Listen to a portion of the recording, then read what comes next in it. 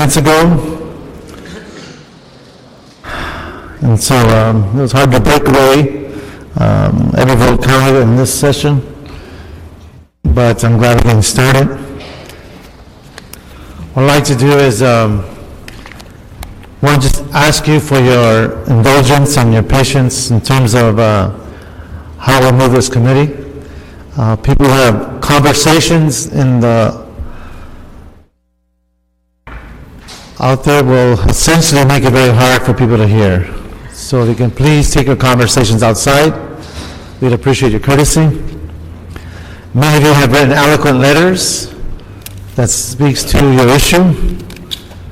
And given how late we are in the day, and given the amount of speakers that we have quite a few speakers, we'll have 1 minute to speak. So if you can get to your point, look at your letter, and what's the most profound point you want to make, please state it. If you find yourself following another speaker, and you realize that everything's been said, or that you have very little more to add, it's okay to say, I agree with the previous speaker. And if there's anything different or new, please give us any nuances or differences that you might have. So that way we don't hear the same thing over and over and over again. So that being said, when you come to the microphone, please give us your name and address. I know some of us get nervous. So if I interrupt you, it'll be to remind you to give us your name and address. And we would appreciate that for the record. Today we have quite a few items.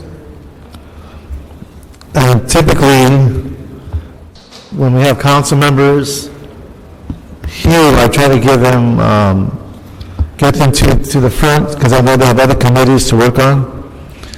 But I understand Councilman Bernard Parks, is he going to join us? Do we know? Is he on his way? He's on his way, okay. And we also have, I believe, a few police officers in the audience. So we want to also take them up as priority so they can be out in the field as opposed to in this room. You've been waiting way too long already. I do believe Councilman Isabel will be joining us shortly.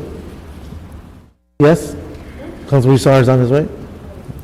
Okay. Thank you, Councilman Krikorian, for your presence here. So let's go to the agenda, and we will look at which items we can continue, which ones we'll call special. Item 1, if we can move that on consent, seeing no cards. Can I have a second on that?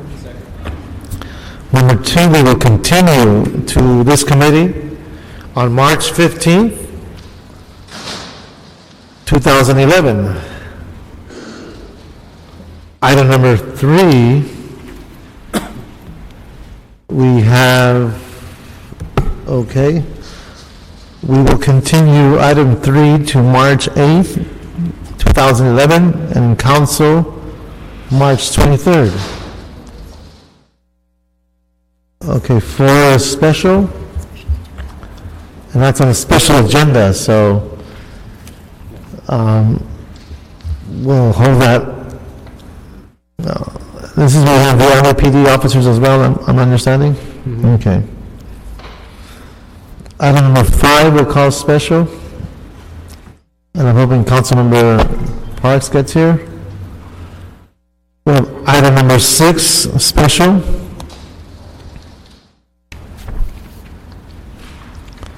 Number 7, we can continue to plumb on April 5th,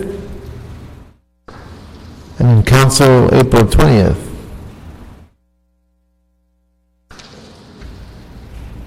And number 8, we'll call special as well.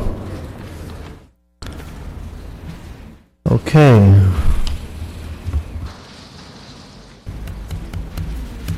Mr. Attorney, on the special, do we have to do a procedural to make it a special meeting, or how do we do that?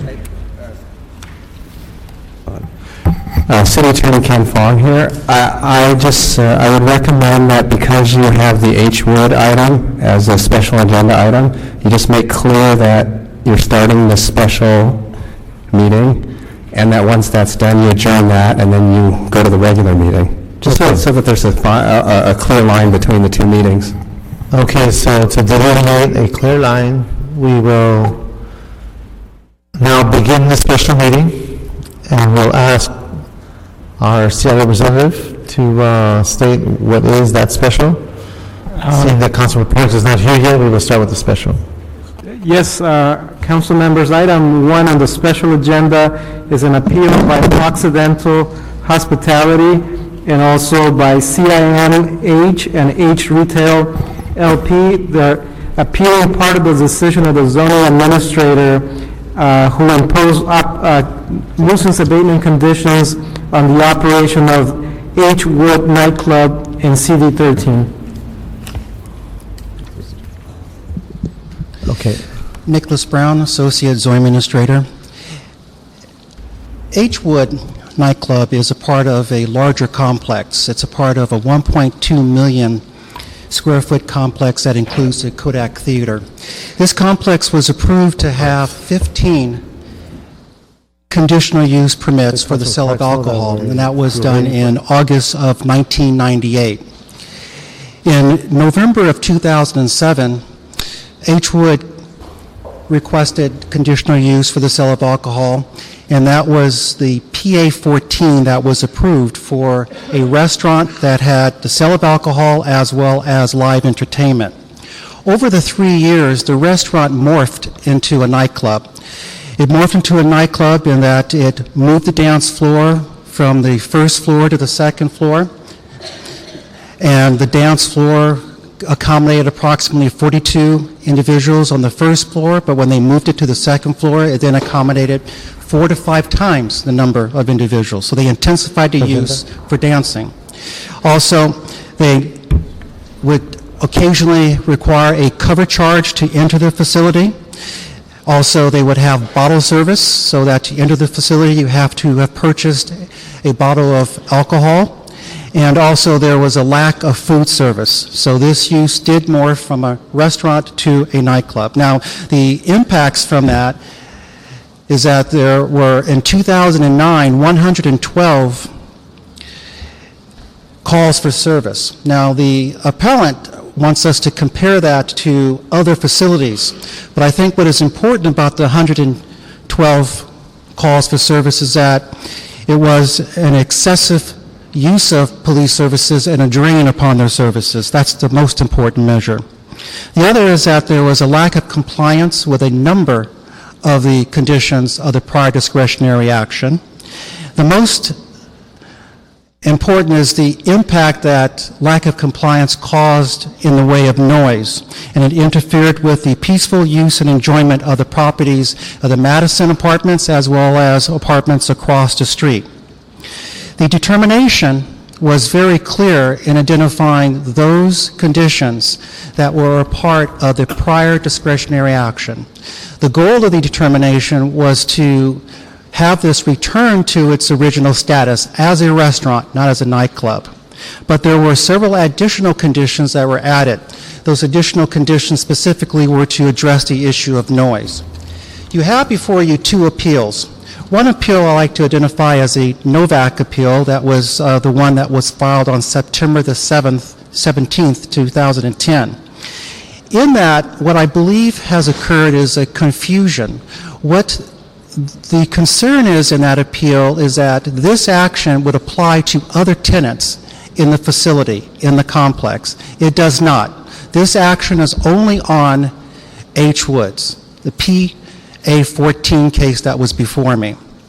They also specifically addressed one of the conditions, and that's condition 10B. This is a condition that was added. This condition requires that the traffic circle that is on the front of this complex is used by H. Woods only for valet parking until 11 o'clock in the evening, and thereafter it is not to be used at all.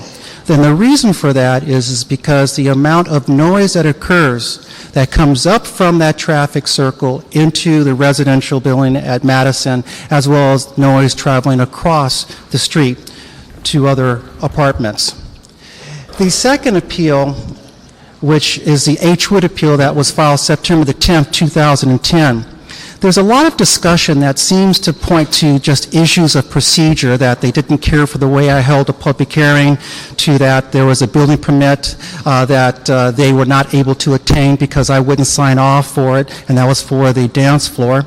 And also that they have concerns about the way in which we measure noise that's in the code. But that's all they said, besides the fact they had one condition that they actually opposed. That condition was 10B.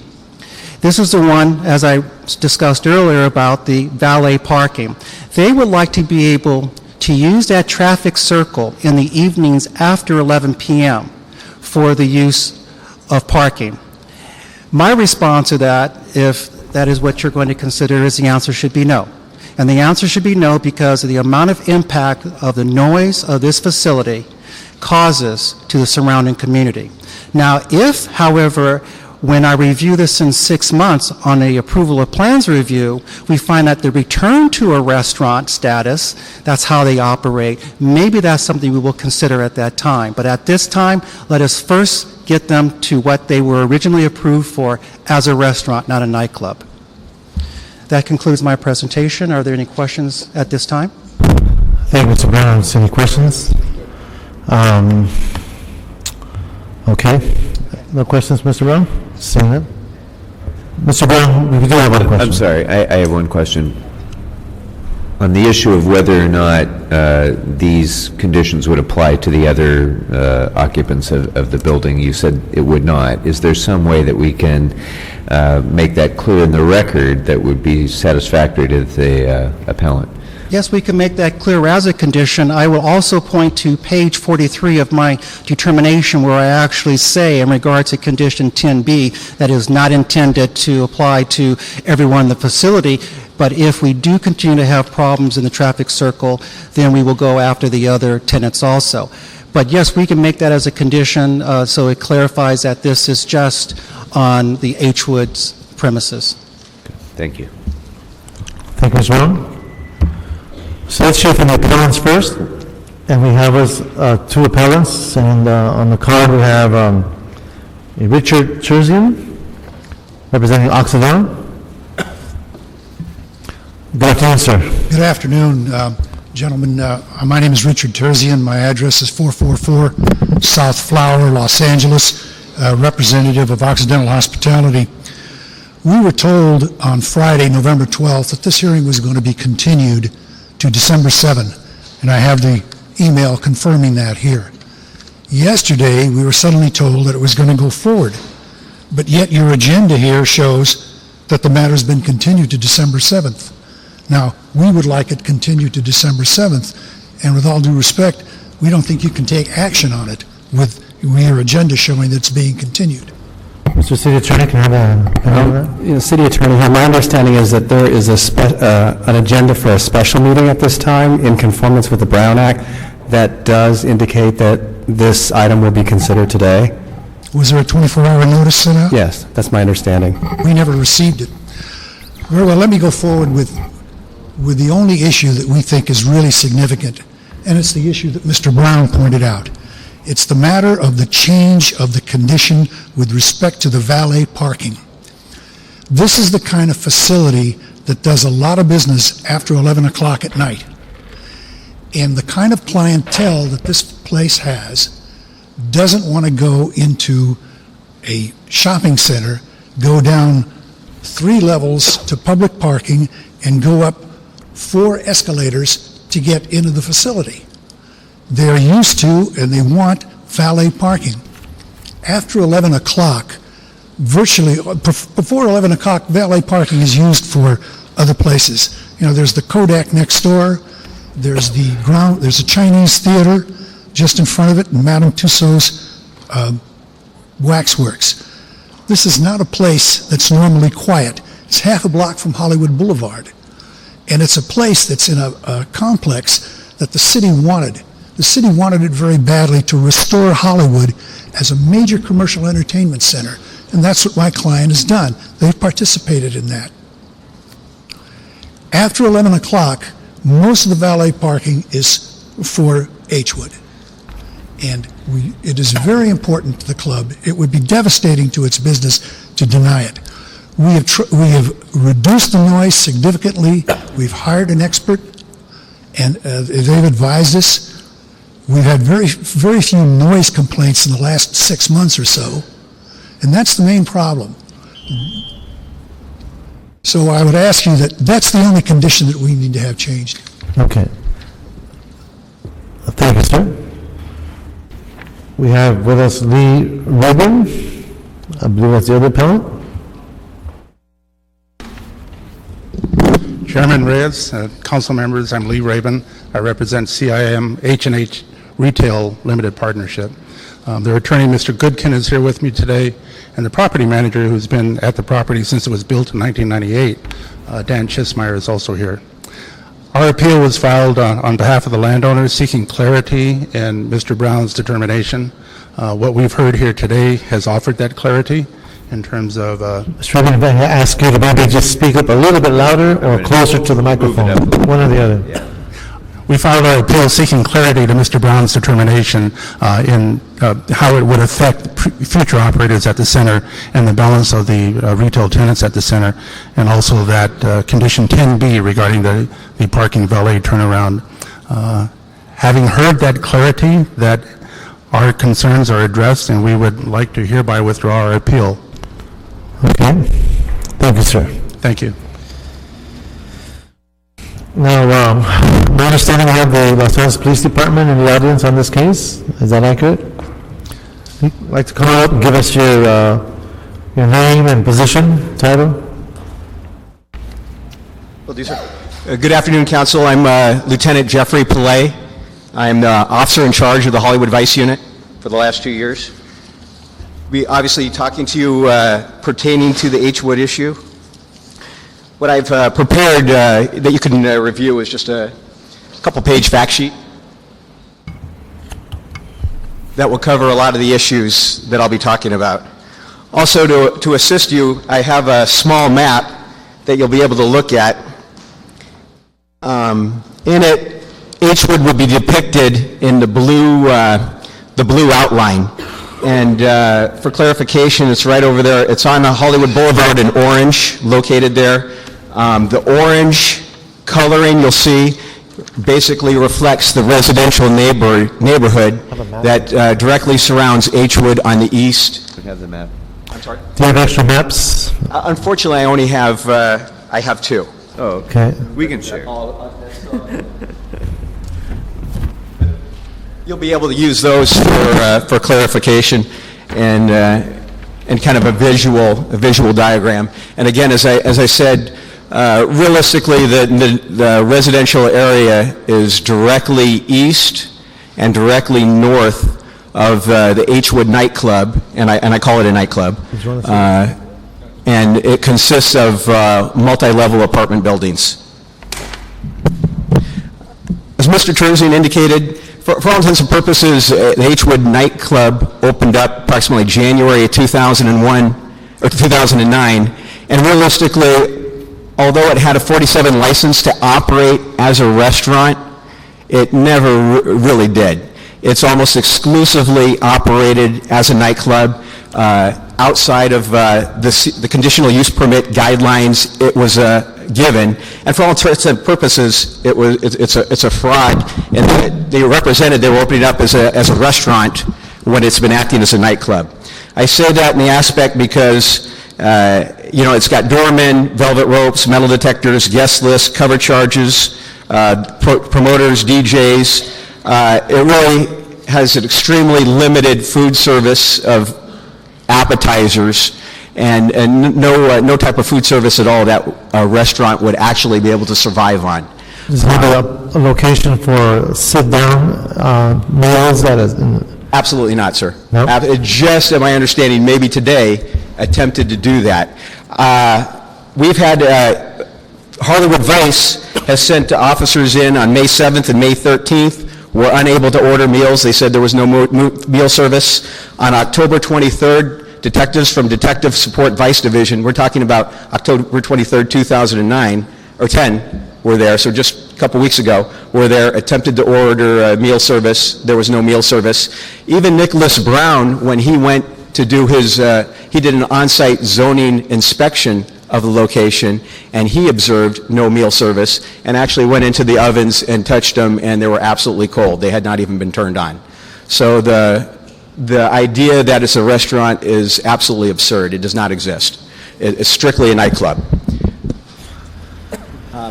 That being said, the issues, unfortunately, have been for the residents that have lived there on Orange Drive, for all intents and purposes, adjacent to the nightclub.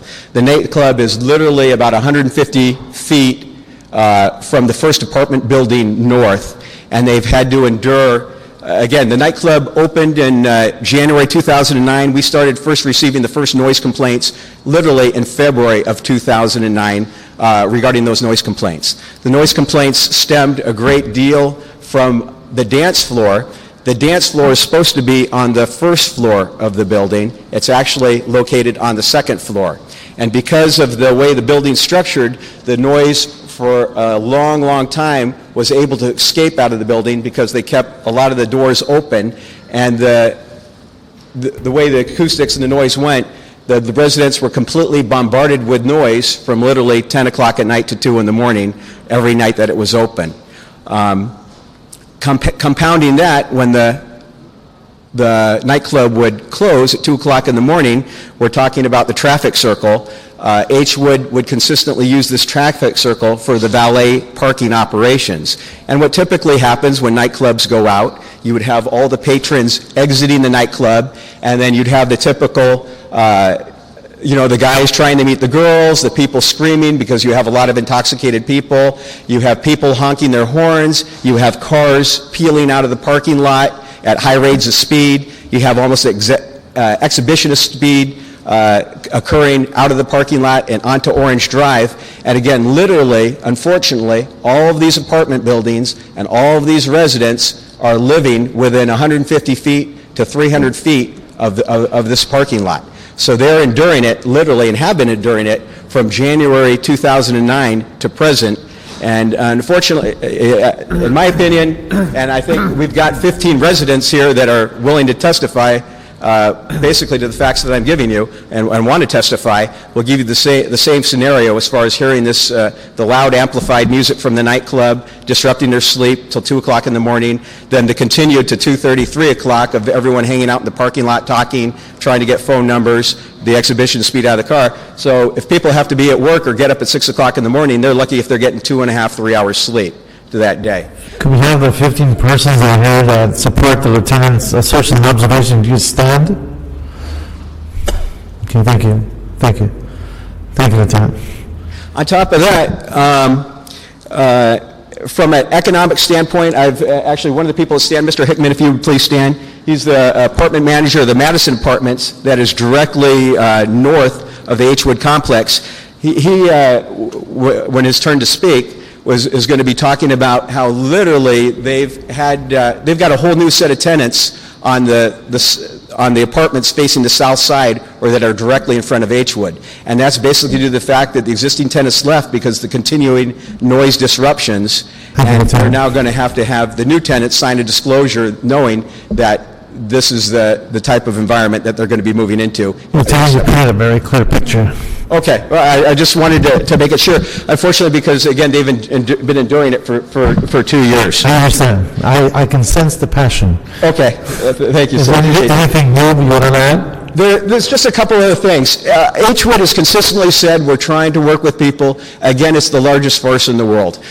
Some of the conditions from the original conditional use permit were to be that there was going to be no cover charge. They've been cited. Again, they were cited as recently as October 23rd. They were cited about 2 weeks again before that. I've got advertisements where they're advertising online that there's a mandatory $20 cover charge. Basically, anything they say, they completely disregard. They make the rules as they go, and they feel they don't have to live up to the obligations and expectations, and basically the rules they signed on to opening this location, and that's consistently what they've done. The same thing with bottle service. They're not supposed to have that. They've done that. They've been cited for having the dance floor and operating it on the second floor and told they're not allowed to do that. They still have continued to do that. They did it as most recently as the most recent inspection on October 23rd. On Halloween night, again, they're not supposed to have a cover charge. They had a $50 ad, $50 all you can drink. Again, this is supposed to be a restaurant, not a bar, but they're acting if anything but that. Mr. Terzian, or Mr. Brown brought up the 112 radio calls that have been generated in the past year. 112 radio calls, I cannot think, again, I've been assigned to Hollywood for almost 3 years. I was the patrol morning watch commander prior to my assignment in Vice, and before that I worked several months back in detectives. I cannot think of a single legitimate restaurant, or another nightclub for that matter, that generated that many amount of radio calls. Not at all. And again, I've been there for over 3 years. Unfortunately, this location I brought my little case file here. Has been an extreme drain on the resources of the Los Angeles Police Department. Hollywood Vice is the largest Vice unit in the entire city. We're probably 4 times larger than any geographical Vice unit, and this thing is tying up an inordinate amount of my time, of Vice's time, of patrol resources, of our ancillary partners, Detective Support Vice Division, Building and Safety, and Zoning Administrator. We had put H-Wood on notice back in July of 2009 that this would probably go into an abatement process, and they needed to do something to stop the noise issues and stop these problems and not utilize the traffic circle. We also advised CIM management about that, and to no avail, they have not made any concerted effort to mitigate these problems. And that's why, unfortunately, we're here today. The other thing I'd like to add is I know CIM would like to allow other tenants to use this traffic circle. I know, and speaking for the Los Angeles Police Department, we would be opposed to that. We see no difference from H-Wood clientele, or there's 2 other nightclubs in that building, Level 3 and Highlands. If their clientele were to use that, I would anticipate probably the same problems. I'd like to also add that the other 2 clubs, Level 3 and Highlands, do use the subterranean, their patrons do use the subterranean parking lot located at the Hollywood and Highland complex, and both those locations, to my knowledge and speaking to the management there, are quite successful and have no problems. So the guise that H-Wood needs this traffic circle to survive is again absurd. And unwarranted, and again subjecting the residents that live there to the unnecessary noise issues, and most of them have moved out, quite frankly. A lot have moved out. We have a lot of them here that, again, are more than willing to talk to you about these issues. Lieutenant, I want to compliment you on your thoroughness.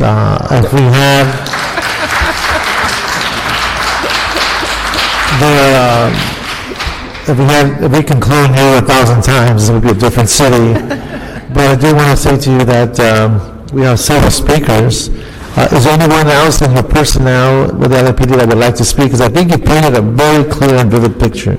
Well, again, thank you for the compliment, sir. Again, I think it's a service, we need to do this for the citizens that are here, because unfortunately, their voices a lot of times don't get heard, and they're the ones living in this, quite frankly, nightmare. And then I'd just like to quote what one of the residents told me, and it was very interesting. He said, you know what, he's been living in that location for years, and he said, you know what, H-Wood brought the problem to us. It wasn't the other way around.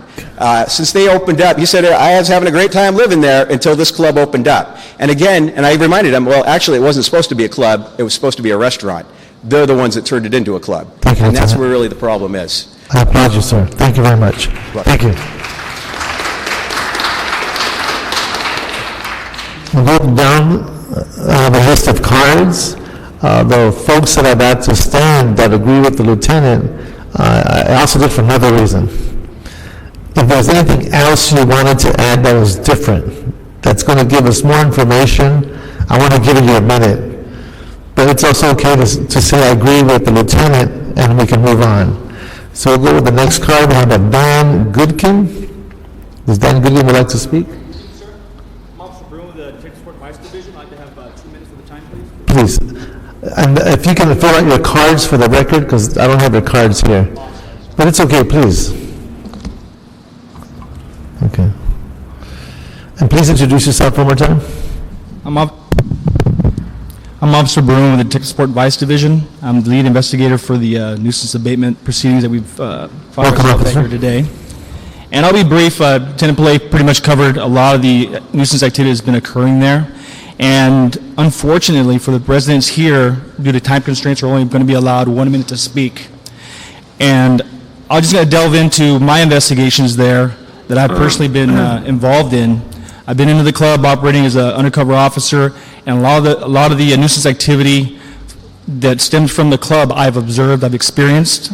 I've conducted investigations and observations from the Madison apartment building, which was on the 10th floor, which is over 170 feet away. And I can attest to what the residents there have been experiencing over the past 2 years. The noise, the crowds, the yelling, the honking, the loud music, and the loud voices coming from the club. And I just want to make sure that even though a majority of them may not be able to come up here and speak, I can attest that I experienced what they've been experiencing over the last 2 years, and I don't think that's fair for anyone. Thank you. Thank you, Officer Brown. Thank you for taking the time. Any other officers would like to speak? Sir?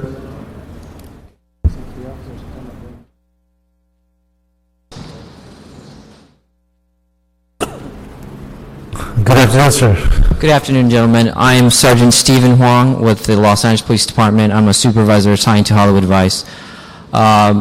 Everything those two gentlemen have said are true. I can attest to them myself.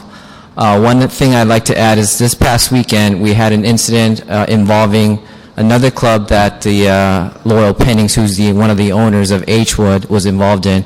We had a major overcrowding incident at another club called Las Palmas, which is about a couple of blocks from the H-Wood nightclub.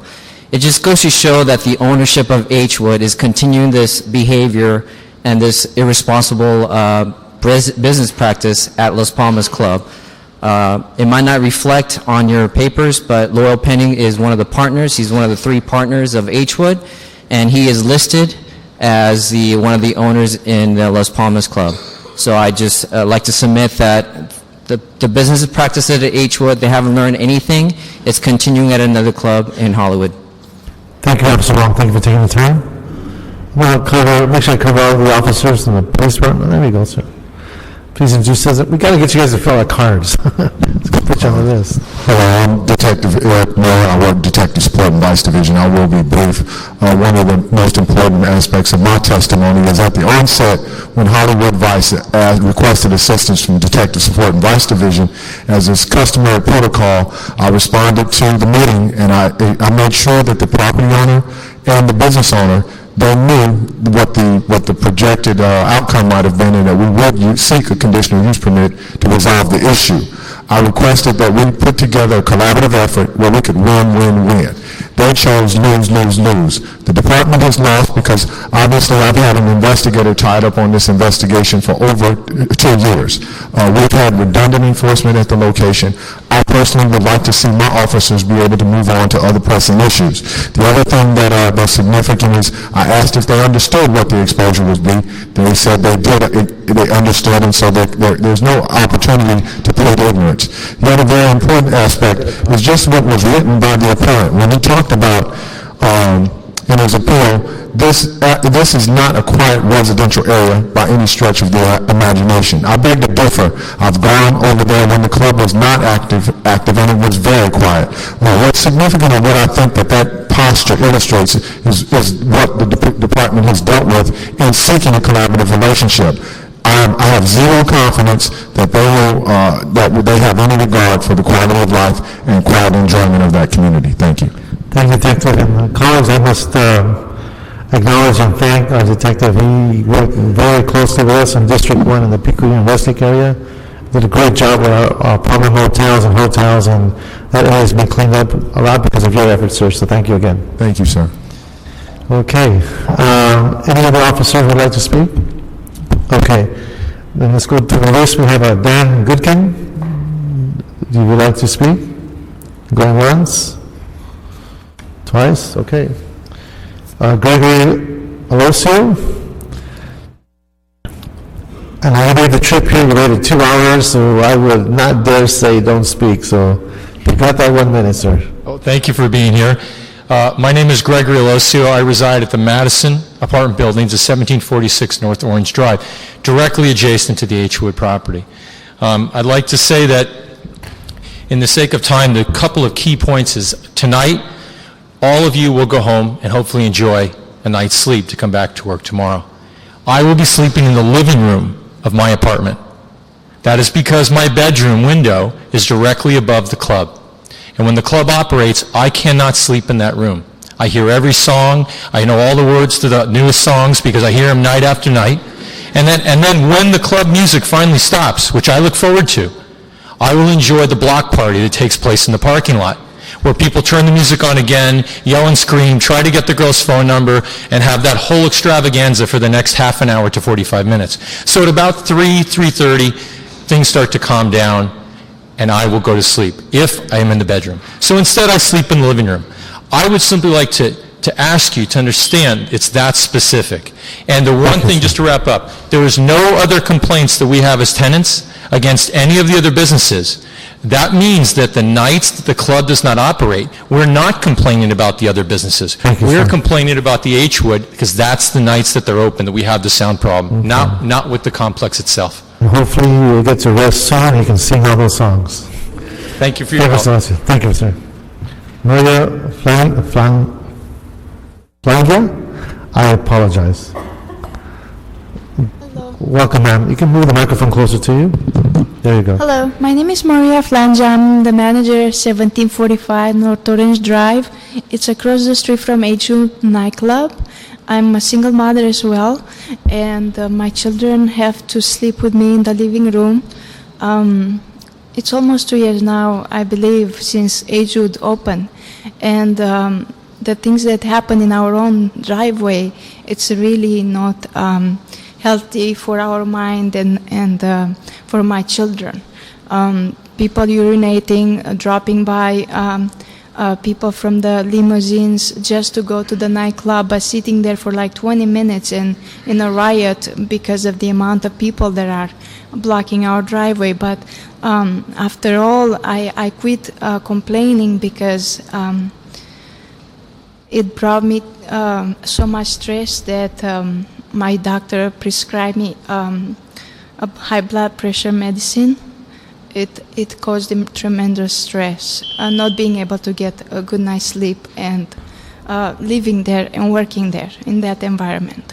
And this is recently that I heard that they're calling themselves a restaurant. Thank you, ma'am. Thank you very much. Bert Hickson and Julie Fallon. Good afternoon, sir. Good afternoon. Bert Hickson, 1746 North Orange Drive, and I'm the resident manager of the Madison. I don't know that I could say it any more eloquently than the LAPD has in terms of all of the noise and the, as Greg put it so eloquently, the after parties after the club closes. It's over the top, and I think that's why we're all here. Just to let you know how far over the top it is. I'm a 13-year resident of Hollywood. We all know that Hollywood is a entertainment capital of the world, hopefully. And the truth of the matter is the only problem that we really had is with H. Wood. Thank you, sir. Thank you very much. You're welcome. Julie Fallon, Samantha Sam, and Raymond Bighouse. Good afternoon, ma'am. Good afternoon. Thank you for listening to our concerns about this issue. I live at 1737 North Orange, which is directly across the street from H. Wood to the east. So my building faces the actual Circle Drive. My concern is definitely with the valet parking, and they even say in their appeal that they just want to have the valets there to take the cars to be sitting there for a little bit until they take them down to the garage. But yet in that same paragraph, they say that they must show a number of cars in that area, which to my knowledge was never designed for parking, in order to look like a hip nightclub. So they have blatantly disregarded even what they said that they would do. The cars are never ever taken down to the garage. They always remain out there in the front, and then when the nightclub closes, everybody is, as others have eloquently said too, right there into that area. There's a safety issue with all the cars leaving at the same time, and there are, of course, inebriated and intoxicated people, and the security people's response to that is simply to push them to the edge of the sidewalk and then say, it's no longer our problem, and then the residents have to deal with it. Thank you, ma'am. Thank you. Right at the line there. Burrell Drive. And then we'll have Samantha Sam, and then we'll have Brennan Bigness. Good answer. Barrett Gerard, resident, 1746 North Orange Drive, the Madison Apartments. I would like to point out the issue with the so-called valet parking, circle parking lot that's meant for tour buses. It has a lot less to do with valet parking and more with a marketing tool. This is a marketing tool for the nightclub so they can put the fancy cars out in front and see who's here and draw more people in. What happens is I want to address all these people that are coming to the nightclub via multiple passenger vehicles, stretch Hummer limos, party buses. They can't utilize that turnaround parking lot to offload off the street, so they double park in the middle of the street. This is the same small street that we shuttled to the Hollywood Bowl, to the Pantages Theater, to the observatory. So all these other buses are coming on the street while multi-passenger vehicles are offloading the primed messes that are already coming to the nightclub. They're drunk, they're urinating in between cars, in the bushes, and so we know, guess what's going to happen at 2:30? Now it's going to happen again. Thank you, sir. It happens all the time. Thank you very much. Samantha Sam, Brennan Bigness. Then we'll have Herb Lindsay. Hi, I live at 1746 North Orange Drive at the Madison. I live on the south side of the building on the 5th floor, which is right outside of H-Wood. I'm probably one of the youngest tenant living in the building, and it even affects me. How it affects me is I'm young, I can deal with noise, even though it's super annoying, but the fact that I have to keep my windows closed in the middle of summer, dying from heat, and not even able to put on the AC because I'm trying to save money, that's how it's affected me. Even when we had that lovely week of rain, I thought, peace at last. I get to listen to raindrops. Nope, drunk people, party buses, all that.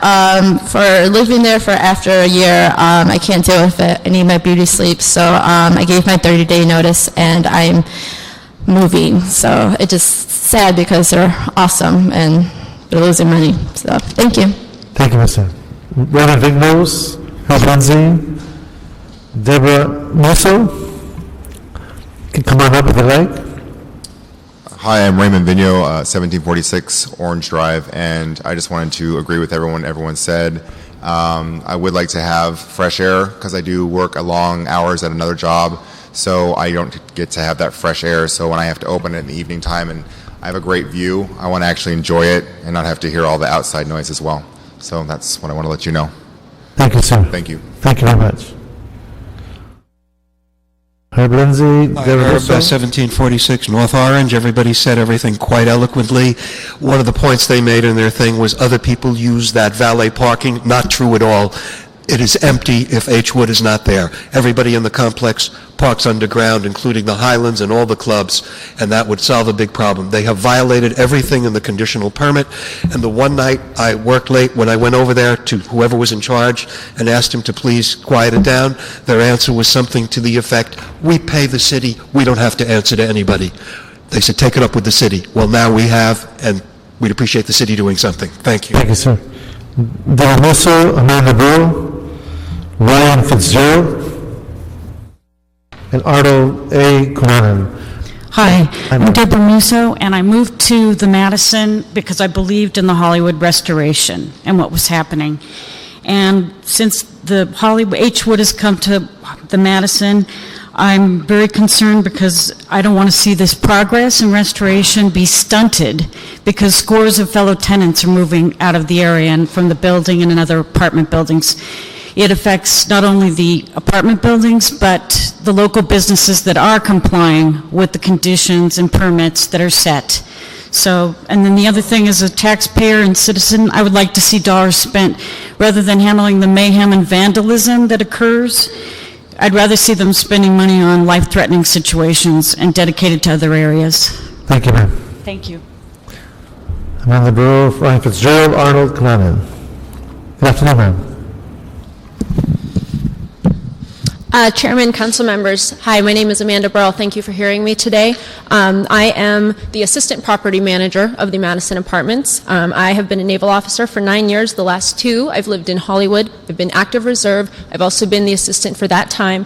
The exact time frame that the H-Wood has been operating. I feel responsible for the tenants that couldn't make it today because they work during the day, to mention some of the things that have not come up yet, in addition to the noise of the club and the noise after the club, things that tenants have complained to me about. I do work on the weekends and I hear all about it the next morning, involving drugs, drinking on our property, copulation, fighting, both physical and verbal, littering, urination and defecation on our property. I personally have witnessed people climbing our fence, coming out of the club, and fighting on our property and urinating on our property. One new item I'd like to bring up to you is, what is the fine for this behavior? It's all in violation of the Zoning Administration's conditional use permit. And what is the fine, and should you raise it? Thank you, ma'am. Ryan Fitzgerald, Arnold, come on in, and then Roberto Road. Hi, my name is Ryan Fitzgerald. I live at 1746 North Orange. I moved from New York City to open a business at the Hollywood and Highland, and I moved to the Madison because I thought I'm going to be working 17-hour days to get my business going. This will make my life so much easier. I cannot sit on my sofa and hear my television. It's so loud. So I would have to say, like what Amanda said, is like, what are the fines for these things? I'm a business owner in that complex. Why are these people not being fined to where it's making it so challenging for them to keep their business going? They're just using it as just a little bit of a bump in the road. They're not actually being held accountable for their actions. So now I want to move. I haven't even lived there 2 months, and with it being there 3 weeks, I've already asked to move, but I've signed a lease. I had to hire 3 extra employees to cover myself and my manager to come down here today. So not only is it costing me time and my sleep, it's also costing me money out of trying to generate my own business and get my own revenue flow going. Thank you, sir. Thank you very much. My name is Arnold Kunanen. I represent Westwood Holdings, the owners of the Madison Apartments. I don't want to address the issue of the noise problems or any other ongoing problems here because I think they have been quite eloquently presented by several other speakers ahead of me. However, in the appeal that was filed by H-Wood, instead I wanted to talk about the property itself, the Madison Apartments. H-Wood has deprecatingly described the Hollywood Apartments as a rundown apartment building. The apartment building is a very good building, very high quality, probably one of the higher end buildings in Hollywood. And as you can see from the several speakers we've had here, we have some really high quality tenants also. So we have to take care of their needs. Thank you very much. Thank you, sir. Roberto Road, I believe? It's Rad. Rad. Okay. 1746 North Orange Drive. I live in the Madisons. First of all, thank you to the Los Angeles Police Department, you guys. And I agree with everything they've said and the residents have said. I've lived in the heart of Hollywood for 10 years. I've never, in that time, had to deal with any sort of public disturbance or noise situation before this club opened its doors 2 years ago. Since then, for 2 years, it's been a living hell. 2 years, the residents, the community, had to deal with this nightmare. I've witnessed everything from public urination to fighting. I've taken video of this. I've noticed the bass bumping either from the nightclub or the after party. The bass is bumping from the vehicles, the party buses. And is it improving? I don't know. Saturday night, there was a large party bus around 2:30 a.m. I had to deal with that. I had to wake up to that. I work on Saturday mornings, Friday, through the weekend. I don't see the situation improving at all. I think the only way it can improve is if this nightclub is removed from this location. It was put in the wrong location. This nightclub has no business being in this specific location, period. Mr. Rowe, thank you very much. Our last speaker is the representative of the district, Catherine Hennigan, District 13.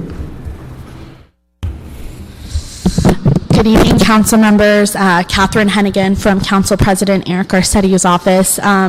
We appreciate you hearing this case today and would also strongly urge you to take action today and move this forward to council to November 23rd. As you've heard from LAPD, we've been working on this case for 2 years. It's unfortunately just gotten worse, and the neighbors, have been dealing with the noise and all of the other issues that you've heard them bring up. And I guess the main thing that has also concerned us is the amount of resources used by the Los Angeles Police Department. They're out there every single weekend. And, we don't see an end in sight. So we'd ask you today to uphold the planning department's recommendation and support the Los Angeles Police Department in asking to make sure the conditions imposed, make sure it's a restaurant and not a nightclub. And deny the appeal. Yeah. And deny the appeal. Yes, and deny the appeals. Yeah. Okay. Thank you. Calling any questions from Mr. Brown? Are we ready to act? Are we ready to act? Any motions? Mr. Chairman, I don't remember when we've seen a more lopsided case in favor of denial of an appeal, and I would move that we do so. I would second that, Councilor. Second, and that's unanimous. Second, the action of this committee to deny the appeal and uphold the planning department's report and support the council office and the community in their efforts. Thank you very much. Thank you. Okay. This will close the special meeting, and now we will start the regular meeting.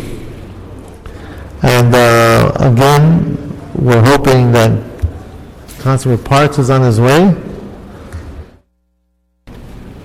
Okay.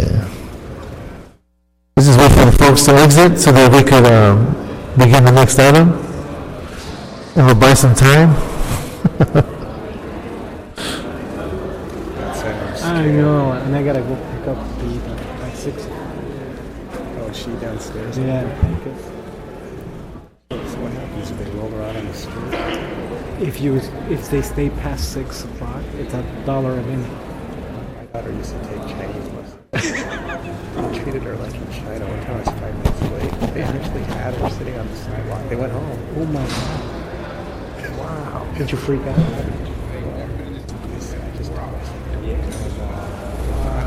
How old was she? Oh my God! Just sitting there. Okay, folks. We can start with item number 5. And if we can have the staff report on 5, please. And Roberto, want to introduce 5 into the record? Yes, council members, 5 is an appeal by James Stinson. And the appeal has to do with exceptions to the Crenshaw Corridor specific plan, and it's for the development of a grocery store in CD8. Okay, and I'd like to introduce yourself. Good evening, council members. I'm Sergio Ibarra. I'm planning staff for this project. The project request is for the construction of approximately 14,000 square foot retail grocery store, fresh and easy neighborhood market at 5301 Crenshaw Boulevard, located within the Crenshaw Corridor specific plan. As proposed, the project did not comply with certain aspects of the specific plan, and therefore the applicant was instructed to file for exceptions by the planning staff. The following exception items were asked of the South LA Area Planning Commission. Item 1 was to permit a 19-foot setback along the first floor street frontage, Crenshaw Boulevard, in lieu of a 0-foot setback. The South LA APC denied the request and requested a 5-foot setback along Crenshaw Boulevard, along with pedestrian amenities. Item 2 was to permit 2 wall signs along the facade facing Crenshaw Boulevard and 1 pedestrian sign along the facade facing 52nd Street, 3 total. The South LA APC denied 2 wall signs along Crenshaw and instead required 1 wall sign along Crenshaw and 1 along 52nd Street. Item 3 was to permit a sign along the east elevation of the proposed project, which is Crenshaw Boulevard, to have 184 square feet of sign area, which exceeds the maximum 75 square feet of sign area otherwise permitted, and to also permit a sign along the north elevation, 52nd Street frontage, to have 124.7 square feet of sign area in lieu of the maximum 75 square feet. The South LA APC, per the South LA APC, the 2 aforementioned allowed business establishment signs were to measure 124.7 square feet each. Item 4 was to permit the northern-facing ground floor facade facing 52nd Street to have 20% transparent building elements in lieu of the otherwise required 50%. And this item was approved by the APC. And the final item, item 5, was to permit a surface parking lot for the proposed Fresh and Easy Market to be located at the side of the structure in lieu of the rear of the building, as is otherwise required. And this item was also approved by the Area Planning Commission. In addition, the following condition of approval was given so that the project would comply with the intent of the Crenshaw Corridor Specific Plan and be pedestrian-oriented. And that was that the applicant shall provide a 15-foot wide trellis with landscaping, including clinging vines for the trellis, along Crenshaw Boulevard and 52nd Street. Thank you, council members, for your time. Staff will be available for questions, and Alam Choudhury, planning staff, will like to add to my presentation. Thank you, sir. Mr. Chairman, honorable members of the committee, I'm Alam Choudhury, city planning staff. I'm here to set the record straight about the South Los Angeles Area Planning Commission action letter that was sent out to the applicant and the interested community members. You have a copy of that action letter on file. The action letter has 2 components. Number 1 is the cover page that summarizes all the APC actions, and number 2 is the details of the APC actions that appear as the conditions of approval. The detailed conditions of approval reflect the true APC action taken that day. However, the cover page was inadvertently mixed up with the planning staff recommendation to the APC, and it was copied as the commission action of that day, which did not obviously reflect the commission action. The commission action, as I just mentioned, is truly reflected in the detailed condition of approval that is attached to the cover page. Therefore, I request that the cover page be amended to reflect the APC action on the project as reflected in the conditions of approval. Thank you very much. Okay, in terms of as a public document, the corrections that you're requesting, are corrections being made today? We are putting it on record, and we will provide a corrected copy tomorrow or as soon as the committee instructs us to do that. Okay, all right. Any questions for?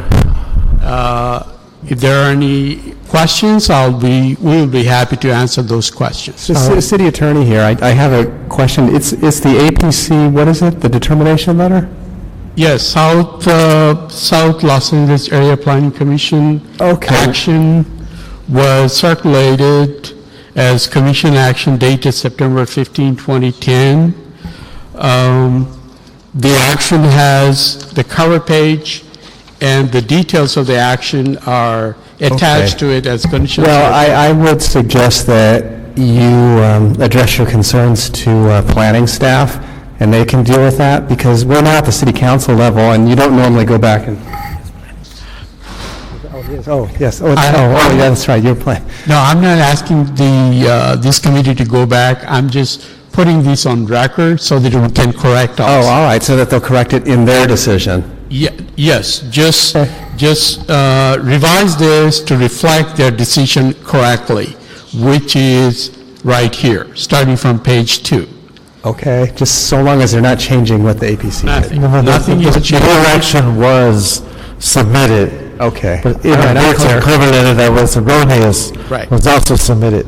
Right. And he's just putting for the record that with the correction actually was submitted to this committee. Okay, right. And to ignore the cover page. Okay, Right, great. the cover page, yes.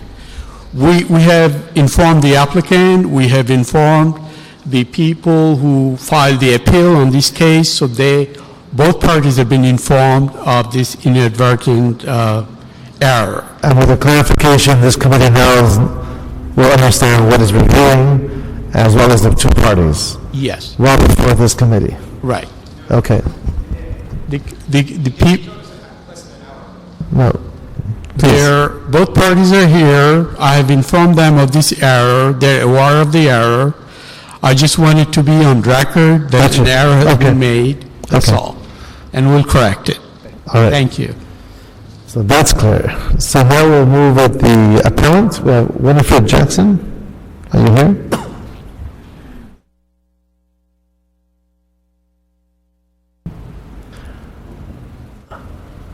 And after the appellant, we'll be asking Councilmember Bernard Parks to speak.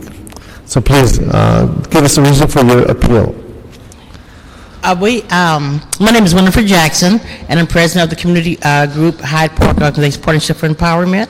And we are appealing this because Fresh Needs does not want to adhere to our specific plan. And then, as the gentleman just, so we were just informed about the mistakes they made on the letter about an hour ago. Okay. And so I will just read a quick statement, and I'll let our spokesman explain our situation to you in a better way. First of all, I would like for the committee to know that we do not oppose the market. What we are appealing are the design. This is what we are appealing, not the market itself. They do not want to adhere to the specific plan. That's what we are appealing. And so, it would just be an understatement. This community is getting very tired of having its efforts for a better quality of life, by the planning department and the redevelopment agency. And then, and another thing I like to say is that, in my opinion, this meeting and the previous meeting should be null and void because they were given bad information. The design review board was not given the correct information for this, and they had to go back and make corrections and everything, just like the letter today. So we think that the should be started all over again. I'll let Damon speak with you a little further on what we come up with. Thank you, ma'am. Please give us your name. Mr. Goodman. Mr. Good, I'm a spokesperson for the Hope Organization. Thank you, council members, for this late afternoon hour for entertaining our appeal. I'm sorry, just for the record, what is your name again? Damian Goodman. Damian Goodman. Okay, thank you, sir. Thank you, sir. And we again want to thank you, Councilmember Reyes, because it was through your support, often, as will be the case today, in opposition to our esteemed council member in the past, that got the specific plan for our community. And we come to you again today regarding these issues. What's the big issue? The first is the lack of pedestrian orientation. And I want to say that first we support the Area Planning Commission's finding that there should be no 19-foot setback. But all of the other findings, all of the other conditions we do take issue with. The parking is basically on a corner. It is a glorified strip mall and a pedestrian-oriented district. You could not get more opposite the principles of a pedestrian-oriented district. You could not get more opposite the principles and laws of any standard within the code than to put a skyscraper in an R1. The other relates to the excessive signage. 75 feet is permitted, even with the planning department's correction, which again was just given to us an hour ago. It's asked for 124 feet, over 50% more than is allowed. Then we have an inadequate environmental review. The mitigated negative declaration does not go into the hazardous materials of the potential site. This is a brownfield. This was formerly an automotive site, and yet the mitigated negative deck required no soil samples. The applicant has provided no mitigation for this important issue. Inadequate environmental review, inaccurate assessment of the impacts of the project, and we've got other people that will go into those in a little bit more detail, and faulty findings, the most ridiculous of which is that this is needed because it's a hardship on the applicant. Council members, this is not a group of community residents coming to you wanting to establish a market. This is fresh and easy. Tesco, the Walmart of Europe. If there were ever an entity that had an ability to comply with a specific plan, which they knew when they began negotiations for this property, this is it. And so what are we looking for? If you look at the existing design, it probably deserves a grade D- as far as pedestrian orientation is concerned. We've given you an alternative proposal where simply, a very simple fix, by moving the parking structure to the corner, it would be a B+ project. It would take care of some of our issues. What is the best? The best would be if it is a long development, providing the pedestrian orientation that should be in a pedestrian-oriented district with the parking in the rear. This is what the Crenshaw-specific plan requires. This is what the planning staff and the community discussed for years as we were developing it. This was no secret to Tesco, to Fresh and Easy. This is no secret to the community. Another option would be if this was a best highest use, which is the Fresh and Easy at Adams and Central, where you've got ground floor retail, 2 parcels for ground floor retail, with upstairs, with mixed use, with upstairs on levels 1 to 4 of housing, and you've got a good pedestrian environment. What is most disappointing for us council members as we look at this, the Adams and Central site is almost the exact dimensions as the one proposed here today. We're tired of these lower standards being imposed in our community. We're tired of things such as food desert being put out there, so we're being presented, and our community is being divided between those who have a market and those who want a market and those who don't. That is not the issue here today. The issue is that Tesco has an ability to correct these problems, to comply with the plans, and they have not.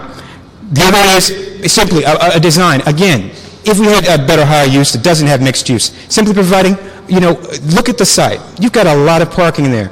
Wouldn't it be nice if there was a sit-down restaurant and a cafe right next to it with rooftop parking? What is our point? Tesco has not come to the community. They have not attempted to come to the community and present any alternative than what fits their corporate model. Why? For the exact same reason that the Design Review Board was told inaccurately by Mr. Ibarra at their Design Review Board that this plan did not violate the Crenshaw-specific plan. If you are looking for something to hold your hat to today as you send Fresh and Easy back to the drawing board, that is it. When this item came to the Design Review Board on December 23rd, yes, December 23rd of 2009, right before Christmas, lightly attended, the planning staff was specifically asked by Design Review Board members and members of the audience, how does this comply with the pedestrian-oriented principles of the Crenshaw-specific plan? Sergio stated at that meeting it did because it was not in a pedestrian-oriented zone. So as a consequence of that, the DRB has not been provided the opportunity to comment on the requested exemptions of the applicant. They need to go back to the DRB.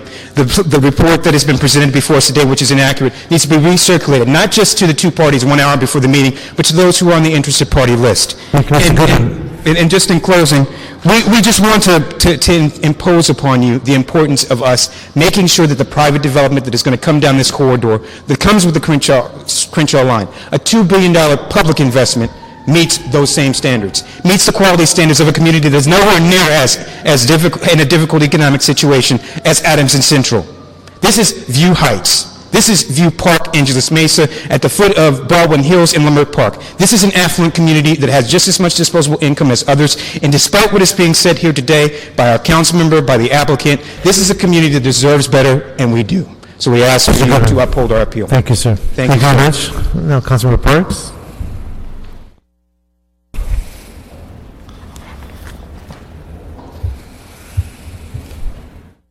Good afternoon. Good afternoon, sir. Thank you very much. I appreciate you looking into this matter. This is the second time I've testified on this issue, primarily because it's been about a 3+ year odyssey to bring this to this point. When I first got in office, our community plan had languished for about 6-7 years, and it was through the efforts of the 8th District to get that community plan finished, and we certainly are pleased with what was presented. In fact, we're in the process of looking to upgrade that community plan because it started 10 or 12 years ago.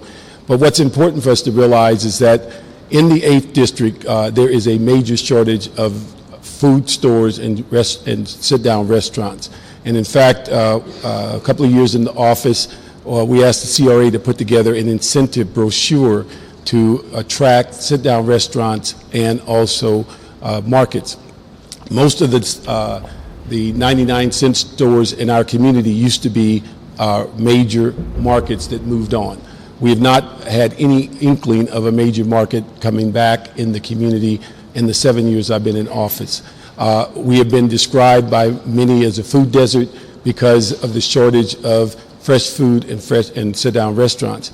Mr. Reyes, you were part of helping us get the ICO on dealing with the community process for fast food restaurants, because 80% of our restaurants are fast food. And so these are things that we're trying to look forward to and bring into the community what they deserve, and that's fresh food. We've also had some benefit in the last couple of years of having additional farmers markets come online.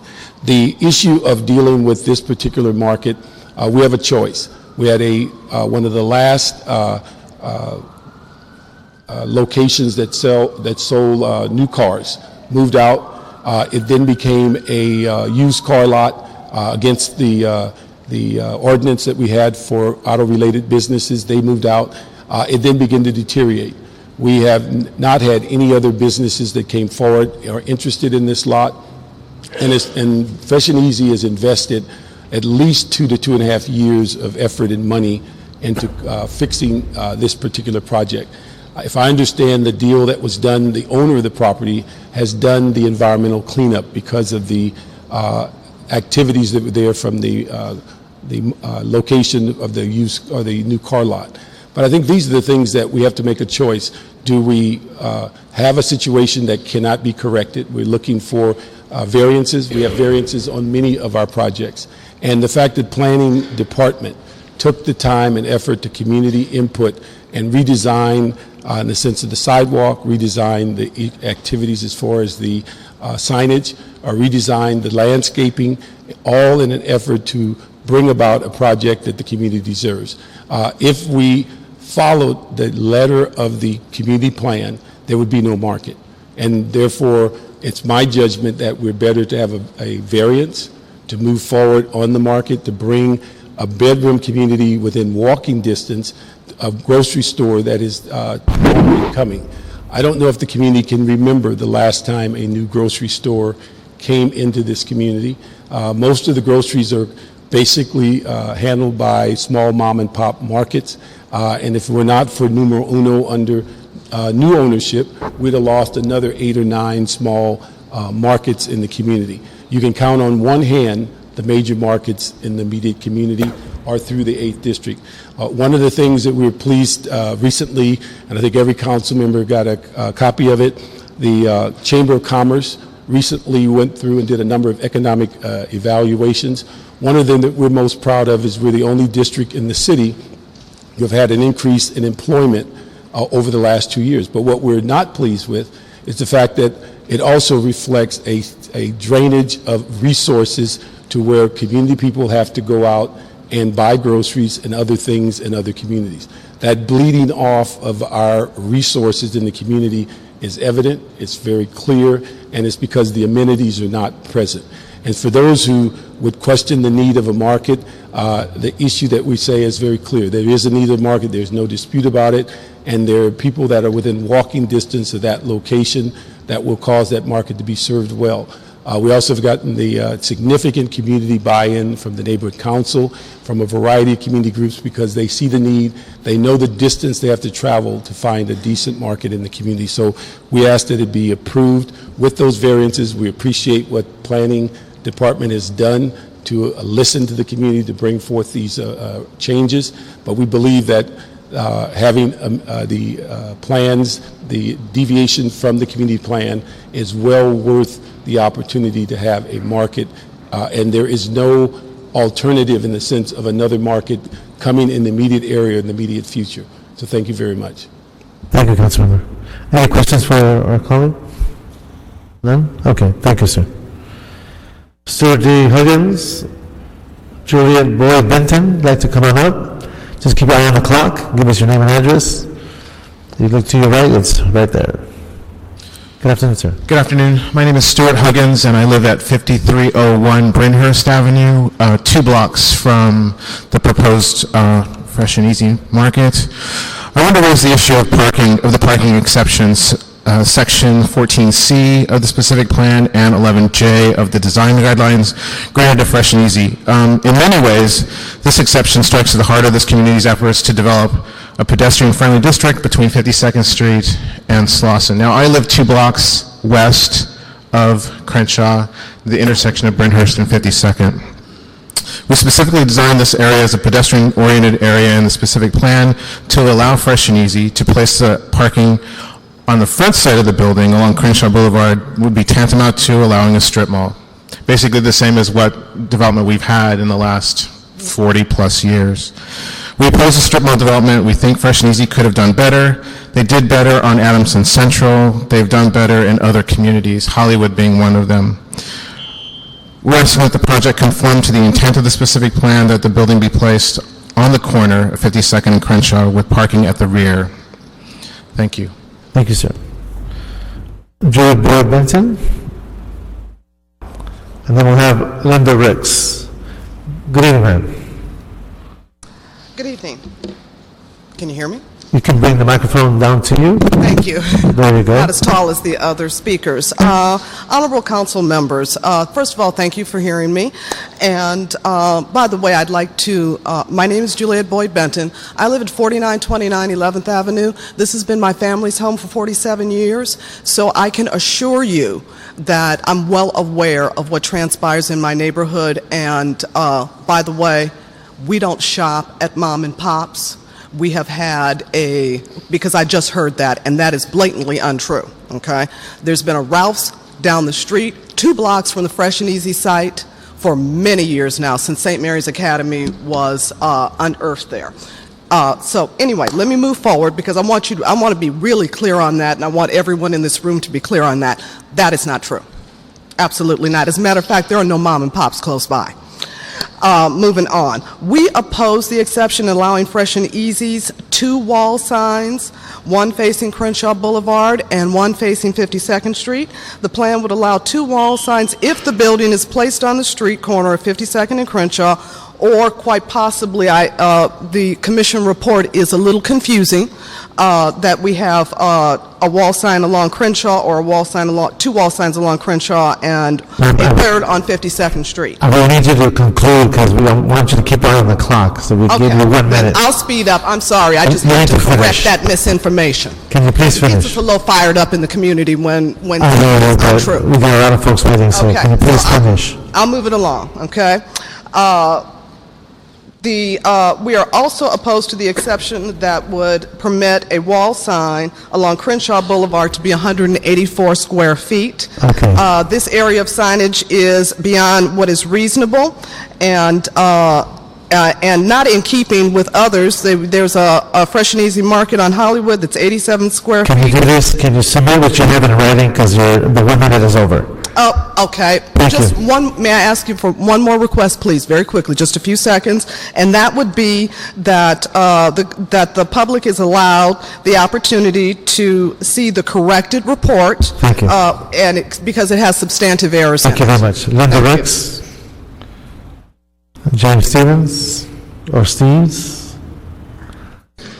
Good evening, ma'am. Good afternoon. My name is Linda Ricks. I live at 6532 Victoria Avenue, and I am the chair of the Crenshaw Slauson CAC. This community brought the issue of the Crenshaw Pacific Plan before this committee back in 2004. During the time we were fighting the planning department to get the Pacific Plan adopted, you may recall, Councilman Reyes, management and the planning department did not want to adopt or update the Pacific Plan, which had been sitting around for about 9 years. With your help and with the help of our committee, the Crenshaw community was able to prevail and get what communities on the west side take for granted, a viable Pacific Plan. We now find ourselves in a situation where the planning department and the community redevelopment agency will have the very plan that we worked so hard to get established with its modest guidelines undermined. So, Councilman Reyes, we are back again asking for your support again. We are simply asking that this multi-million-dollar corporation, Fresh and Easy, comply with the modest provisions of our Pacific plans. We ask that this body deny the exceptions granted to the Fresh and Easy by the Planning Area Commission. And there are grocery stores. This is not a desert. Thank you, ma'am. And next speaker, James Stevens. And as they're coming up, I don't want to be rude, but if you just keep an eye on the clock, we got 1 minute.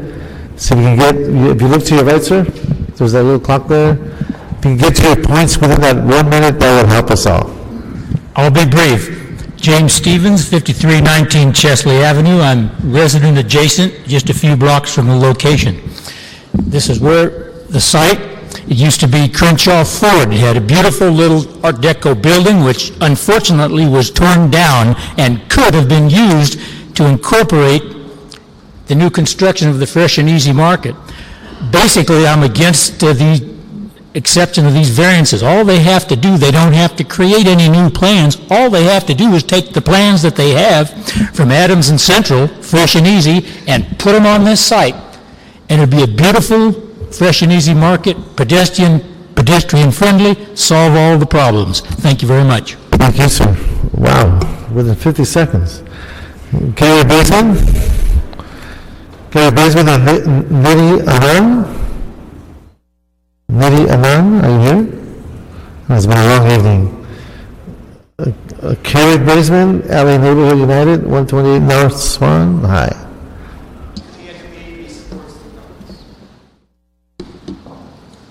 Good evening, ma'am. Good evening, council members. My name is Nidhi Anand. I'm representing KL Charles Architects.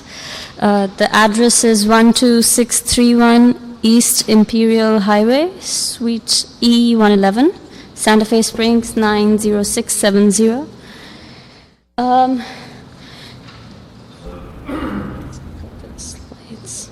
So you're representing Fresh and Easy? The architect, yes, Fresh and Easy.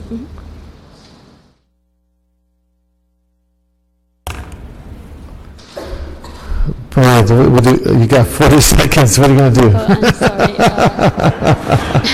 Okay, I'll address some I'm of the going to put you under undue stress here, but... Right. If you have your handout, if you look at the site plan, we've actually, based on the suggestions from the last hearing, we've actually incorporated a lot of the pedestrian-oriented access, the concerns. We've created pedestrian edges both along Crenshaw and 52nd, both improving the edges and enhancing them by creating a hardscaped pedestrian walkway from the building all the way to 52nd and along 52nd.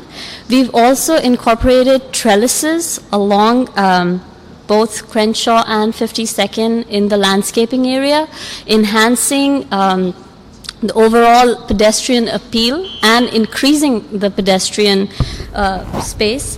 The architecture incorporates Art Deco features of the area. So it does, like some people were asking, it does incorporate Art Deco elements. Can I just ask you one question? The one observation made by a speaker where they favored a site that they would prefer to have had, that did not happen because there was another site that they referred to, Adams and Central.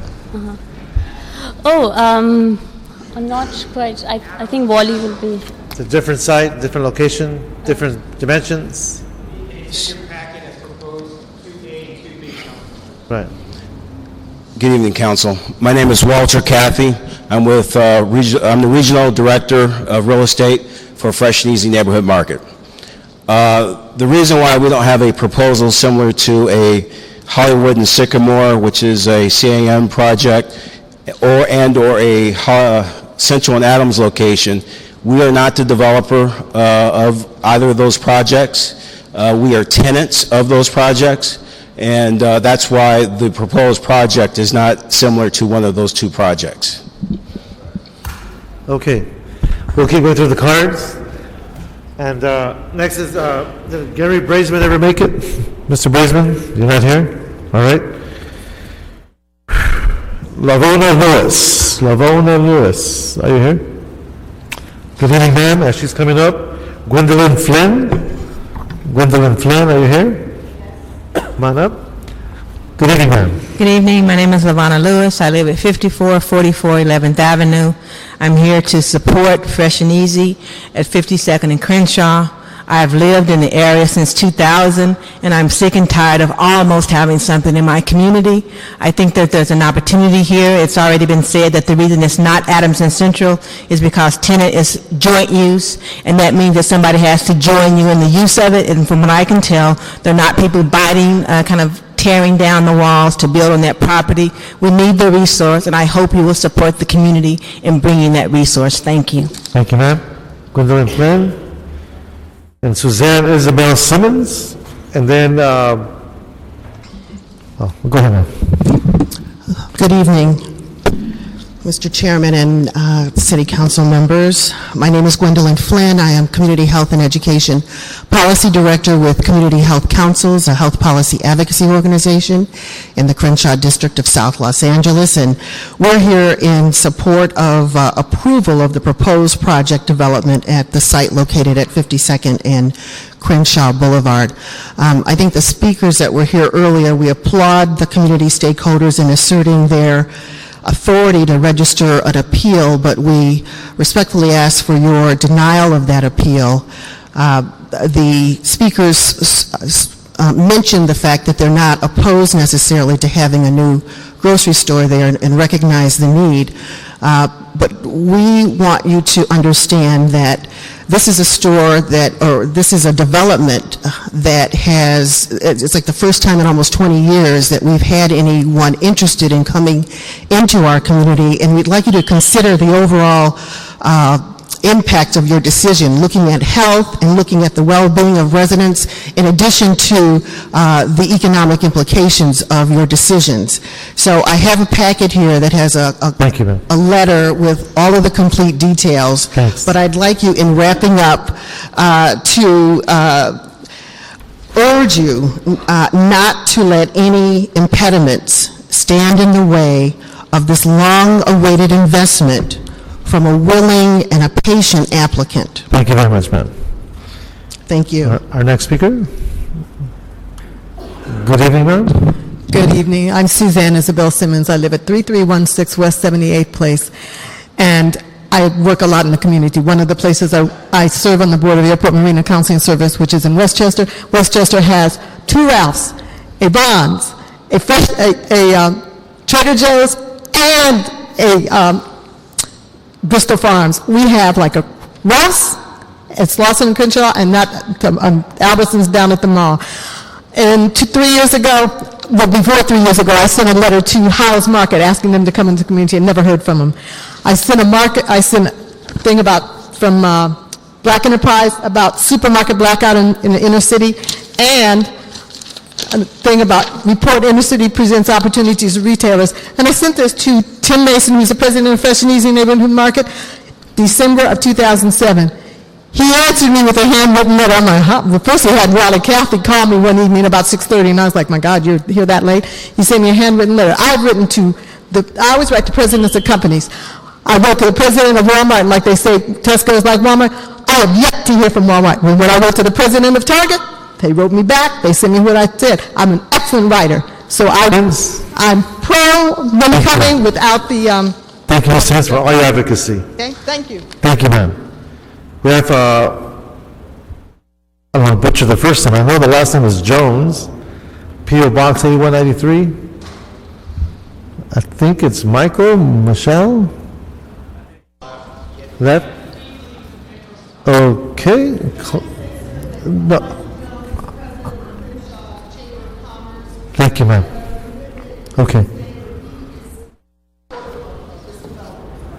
Yeah, he checked their support, so. Claudette Thomas, Theodore Thomas, Ingrid P.W. White, and then Daniel Wright. Good evening, sir. Good evening. My name is Stewart Thomas, President of Park Mesa Heights Community Council, and we support the Fresh and Easy coming into the neighborhood. And we have a number, including block clubs and senior citizen home. It's people coordinated, 2nd Avenue Block Club, 3rd Avenue Block, and 4th Avenue Block Club, Fifth Avenue Block Club, 58 Place Block Club, and 59th Street Block Club, Hillcrest Block Club, Arlington Block Club, and 78th and 79th Street Block Club. These all participated and went around and talked to them. And we are supporting Fresh and Easy coming in.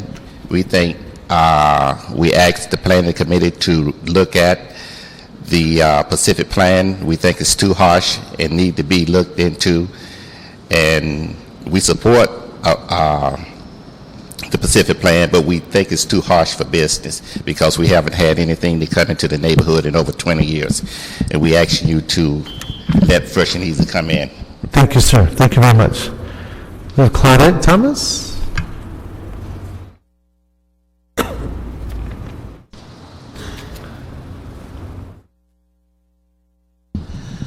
Good evening. My name is Claudette Thomas, and I'm Secretary of the Park Mesa Heights Community Council, and I'm here in support of the Fresh and Easy project.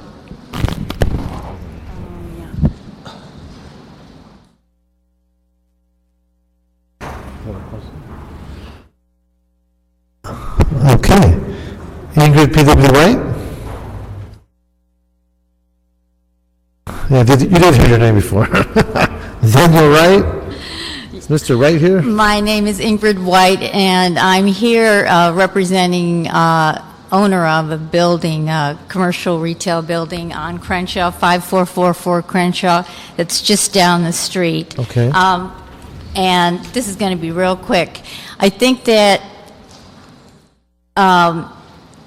when people come to a decision about these things and what they want and what they don't want, what I have done for the last 30 years of my life is I've been specialized in retail real estate brokerage. I'm a retail consultant. I moved from Fashion Island in Newport Beach 20 years ago to do work, urban redevelopment work in South LA, and that's where I've been. 20 years ago, I put in the first non-fast food business on Crenshaw, and it hit the LA Times. Now, 20 years later, we have a Fresh and Easy. There's some criminal thing going on in between that, but what I wanted to say is that there is nothing that is strip center about this design. Coming from a person who, this is my living, this is how I make. There is nothing strip center. The fact that the building is next to the other building and it's open in the corner makes it safe and makes it open and friendly. Thank you very much. Thank you very much. Daniel Wright, then Jeff Farrell. Daniel Wright of the Silverstein Law Firm, 215 Marengo Avenue, Pasadena. While our firm does not represent anyone at this time, we wish to point out some parallels between this case and frequent overriding of pedestrian-friendly specific plan requirements. In this case, once again, a large business has articulated no legal hardship to justify exempting itself from the specific plan. It just hired pricey lobbyists. This violates the principles of Stolman versus City of Los Angeles, and you will lose in court if you approve this. You just saw the exact same disrespect of the community's Western Sunset specific plan by Target in Hollywood, and that's gone back to the drawing board. And Target, like Fresh and Easy, had the unbelievable support of the council office. The Trellis Mitigation that you just heard is useless. As Councilman Reyes may remember, in Highland Park, Food for Less turned their store away from the street, and the trellis along Figueroa created a long pedestrian desert, dark and unfriendly. We don't need that again. I think the people from Crenshaw have spoken eloquently about why they need to be respected by this multi-billion-dollar corporation. Thank you. Thank you, sir. Jeff Farrell. Jeff here. And Jim Macbeth, and then Maya Zutler, I believe. Thank you, Councilman, for a long day that you've put in. I'm Jeff Farrell with the United Food and Commercial Workers Union. I'm here for Rick Akaza, and he couldn't be here today. I'm not here to talk about all the labor issues. We know that they're non-union, but that's not why we're here. We're not here because of the wage and hour violations that are pending, or even when you were an assembly person, where the issue of self-check and the sale of alcohol was a big concern for public safety. What we're here about is land use and specific plans, and the purpose of having a specific plan is to streamline. It isn't to have a plan that you can change later. If there's a problem with your specific plan, then you should go through the full environmental review, bring the community in to discuss it, and come up with a plan that makes sense for that community. And I think that's been done. This company can make the change. They talk about values. They've done it in other places. This community would like them to follow the specific plan, and they should. And we encourage them to do that. Thank you. Thank you, sir. Jim Macbeth, then we'll have Maya Zutler, and then we'll have our last speaker, Christopher Pearson. Good evening, sir. My name is Jim Macbeth. I'm a property owner at Crenshaw, 5444 Crenshaw. I own a commercial building there. I've been there for the last 30 years. I have a business there as well. We haven't had very many opportunities to have things to come in the community there. As a matter of fact, I live in Mount Washington, and I shop at the Fresh and Easy on Eagle Rock Boulevard. That's one of the places that I shop. I love to shop there. And I would like to see some new markets come into the community, because I'm in the community and I have my business there. So I support this company coming into the community. Thank you. Thank you, sir. Maya Zutler. We have Christopher Pearson.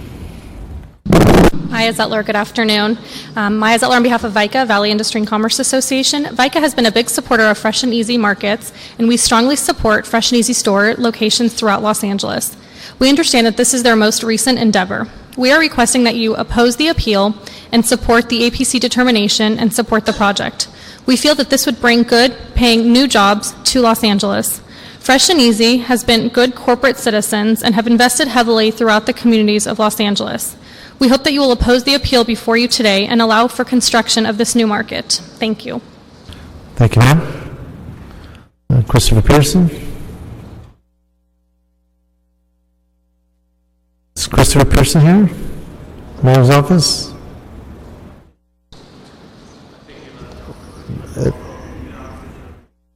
Would you mind coming to the mic?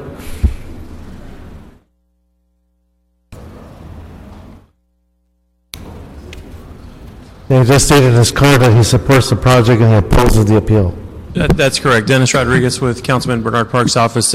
Chris Pearson was going to testify in objection to the appeal, and he's from the mayor's office. Okay, that's what he states in his record. Thanks, sir.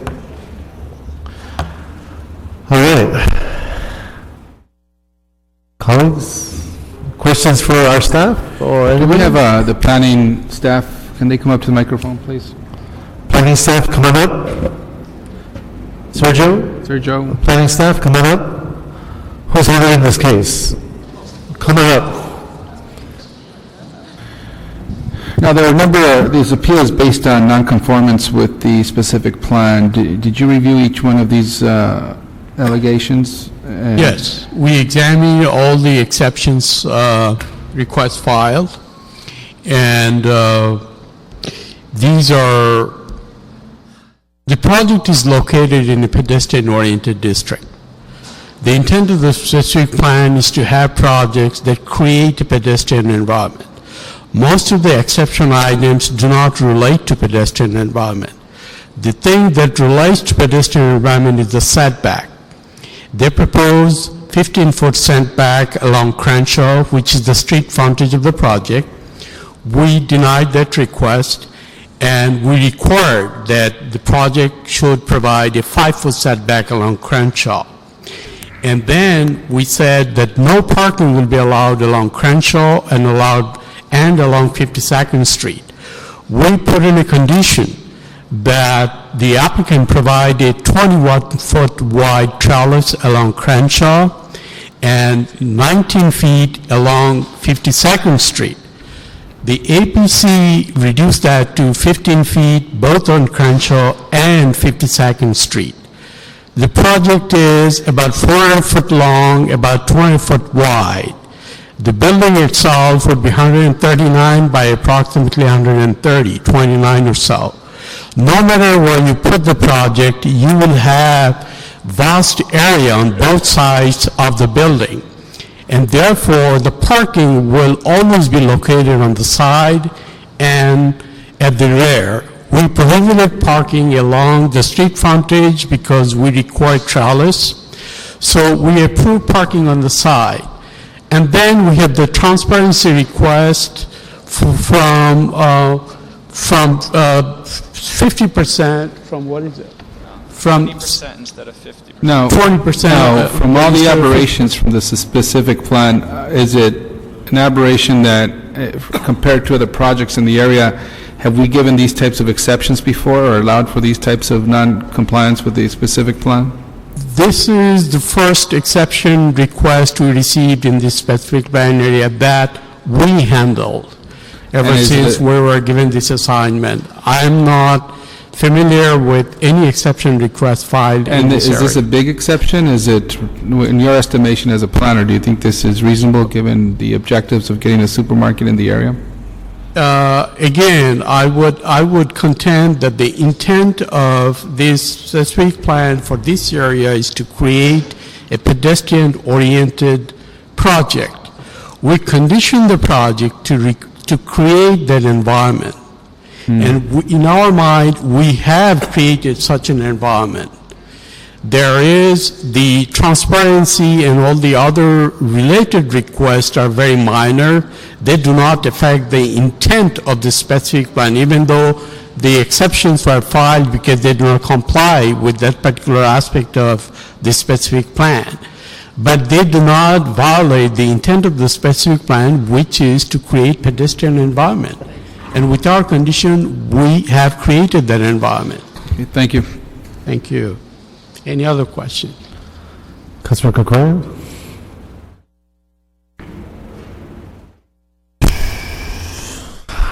I don't have any questions, I think. All right. Thank you, sir. Thank you. So we have before us, council members, an appeal.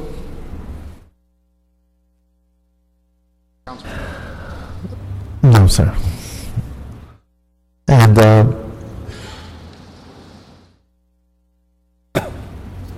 we've heard from the council office they would like for us to deny the appeal, given issues as stated by the council member. Any recommendations?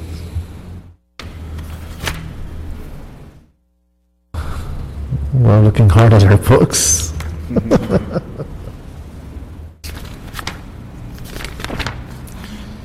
Is there a recommendation from the chair?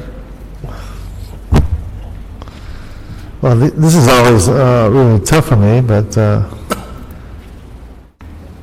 it's been 3 years in the works, my understanding. 2.5 years. Is that accurate?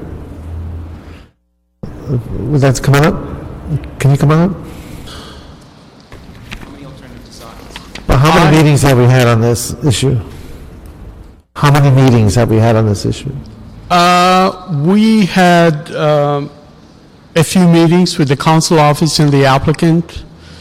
The applicant, I understand, has several meetings in the community. They had support from the community. They had opposition from the community, which is typical of any major project in any community. You have some people support you, some people don't. When we started dealing with this project, this was initially filed as a director's determination case. Say that again one more time. Compliance, but Can you repeat that one more time? When initially the project was filed with us, it was filed as a specific plan compliance request, DIR case. We looked at the project design and said this project does not comply with the specific plan. There are several areas that it does not comply. So we had meeting with the applicant, the council office, and I believe further down the line, community got informed about that. We advised the applicant to file exception request, which they did. And when the project was initially filed, we presented it to the DRB. DRB's function is to review the design aspect of the project, design standard requirements of the project, and advise the director of planning on design matters of the specific plan as it relates to the project. DRB is the code, municipal code is silent when it comes to dealing with the exception of the specific plan, because the decision maker is no longer the director of planning, it's the area planning commission. So we did not feel it necessary to take the project back to the DRB because DRB has already looked at it. Okay, so that's very important. So the design review board gave it its own analysis. They looked at it and they approved the project. They approved the project. It is true. It is true that, well, most of all, it is not DRB's function to determine whether the project complies with the specific plan or not. Because the director, if it was a DIR case, will be that decision maker to determine whether it complies with it or not. They look at the design aspect of the project as it applies to the specific plan, which they did, and they blessed the project. But when the specific plan exceptions were filed, DRB already looked at it.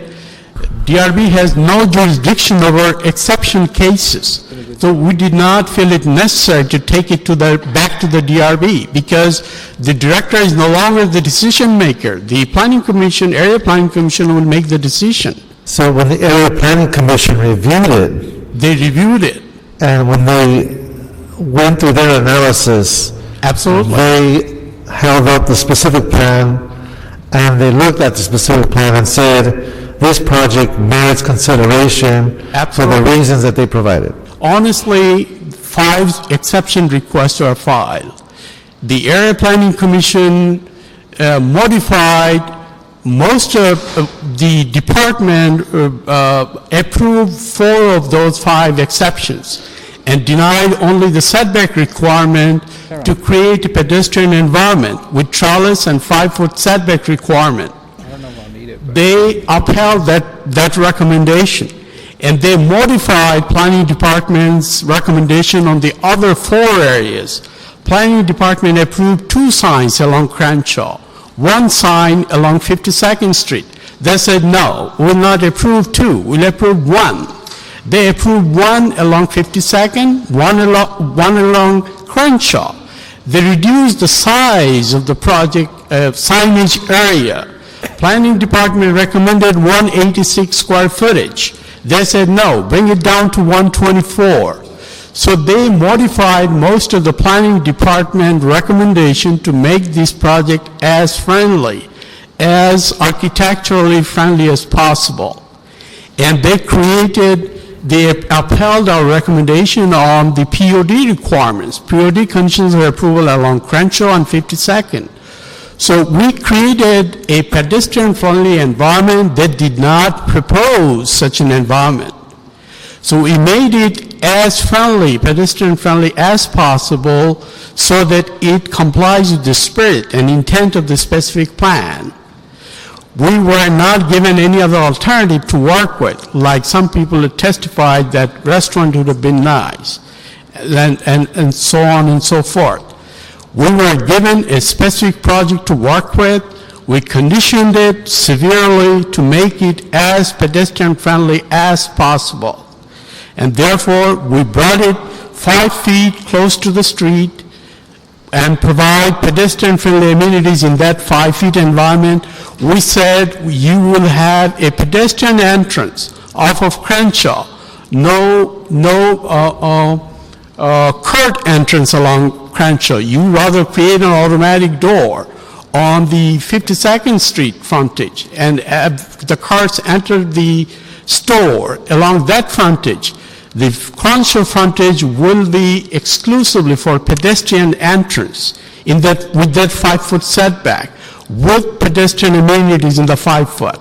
And then, except the driveways on Crenshaw and 52nd Street, the rest of the frontage along Crenshaw and 52nd will have trellis with landscaping, with lighting, everything that would create a pedestrian-friendly, visually attractive area. So with conditions of approval that we put on this project, we believe we create the most pedestrian-friendly project we possibly could under the circumstance. And in our mind, we did if I may use the expression, we did the smart planning on this project as much as we possibly could under the circumstance. Okay. Any other questions, thoughts? Now, the allegations that the design review board wasn't given proper information, is that accurate or not in your review? Again, per municipal code section, if I don't have the code book in front of me, speaking of my memory, I believe it's section 1650, 1650D1C.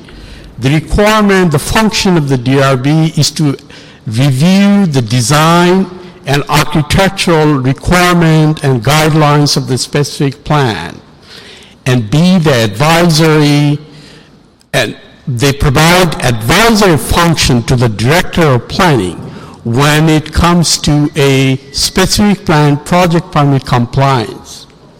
The code is silent when an exception case is filed.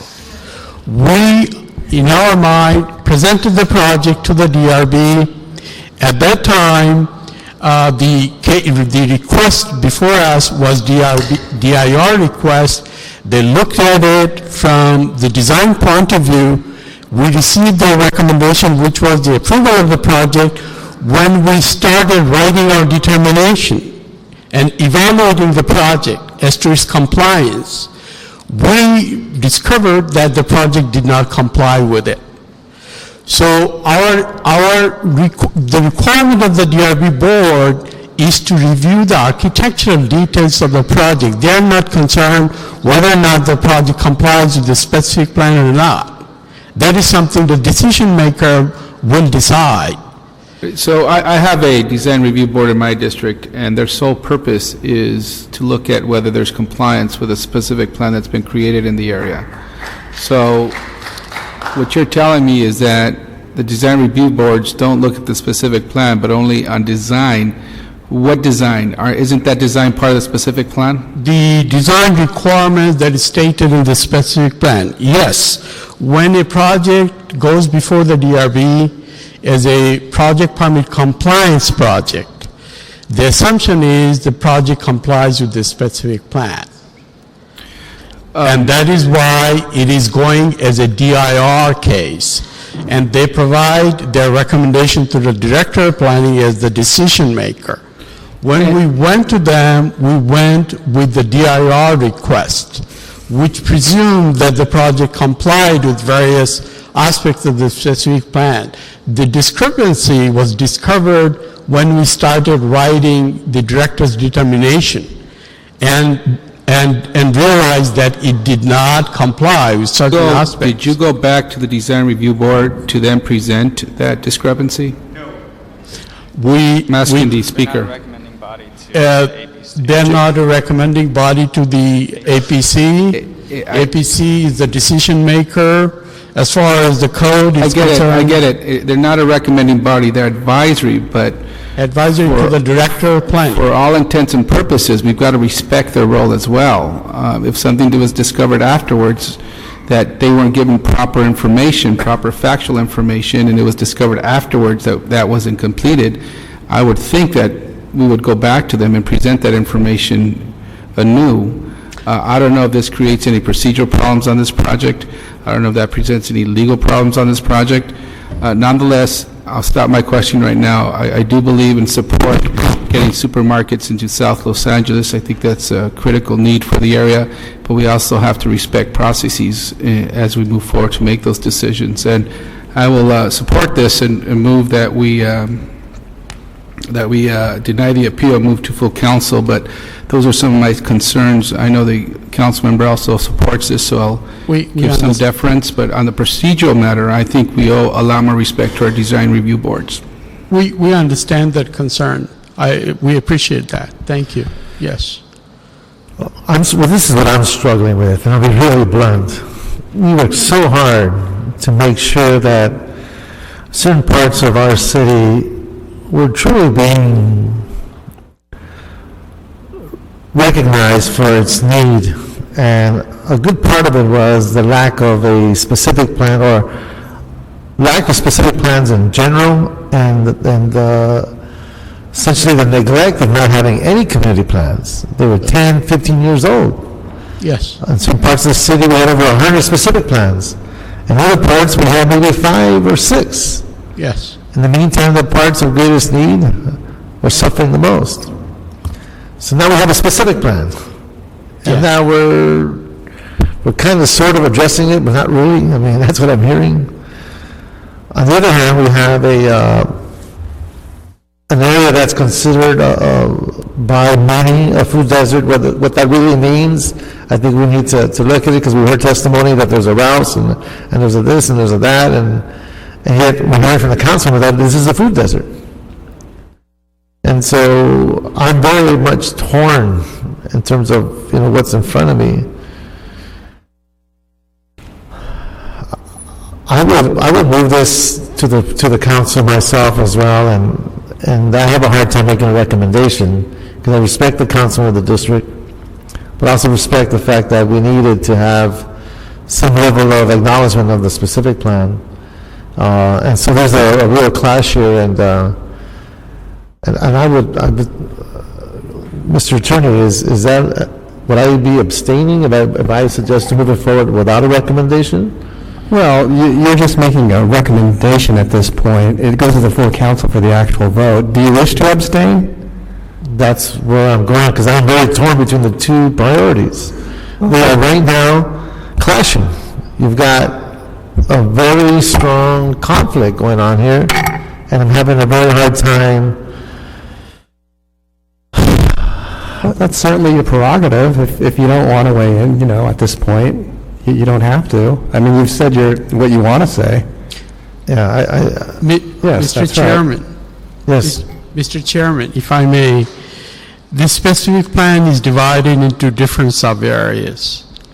This belongs to sub-area D. Sub-area D intent is to have pedestrian-oriented projects built in that area. This is a huge site. No matter what project you propose, it will not comply with the specific plan as written. It will not comply with the parking requirement of the specific plan. Given the size of the project, given the location of the project, it may not comply with certain aspects of the setback requirements.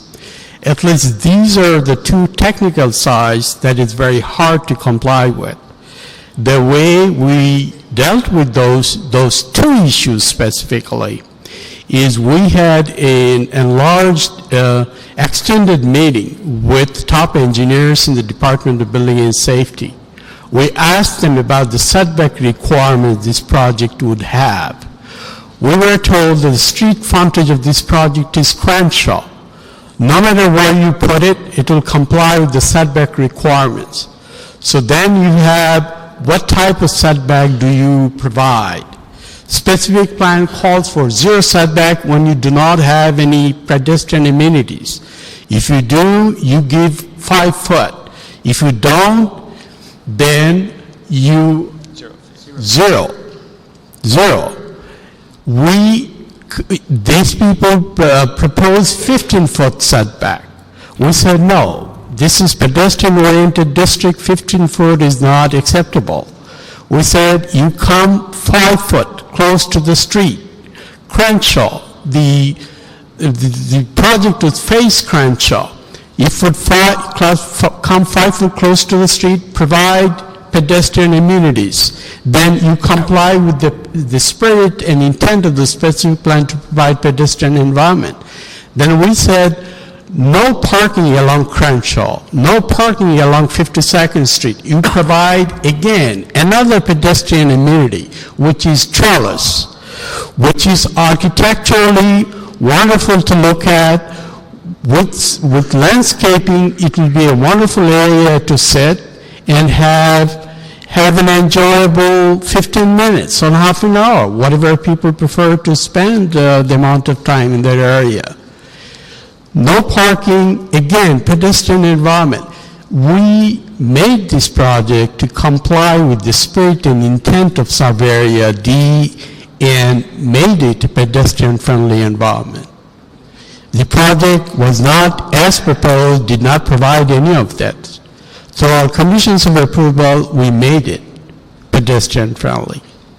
So as far as we are concerned, this is the best we could do, given the location, given the size, given the design of the project.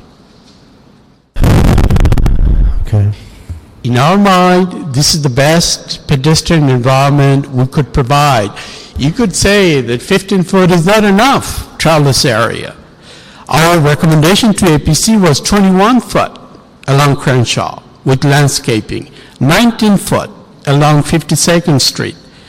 The APC brought it down to 15, both along Crenshaw and both along 52nd, along both frontages. The transparency requirements, those are simple details. We have provided enough transparency for the building. So these exceptions on the other accounts are not any significant exceptions. The significant part was setback, which we complied with in spirit and in principle with the POD requirements. Thank you. Any other observations from my colleagues on this? Any other comments? So, Mr. Chairman, would your recommendation then be to advance the matter to council without a recommendation of this committee?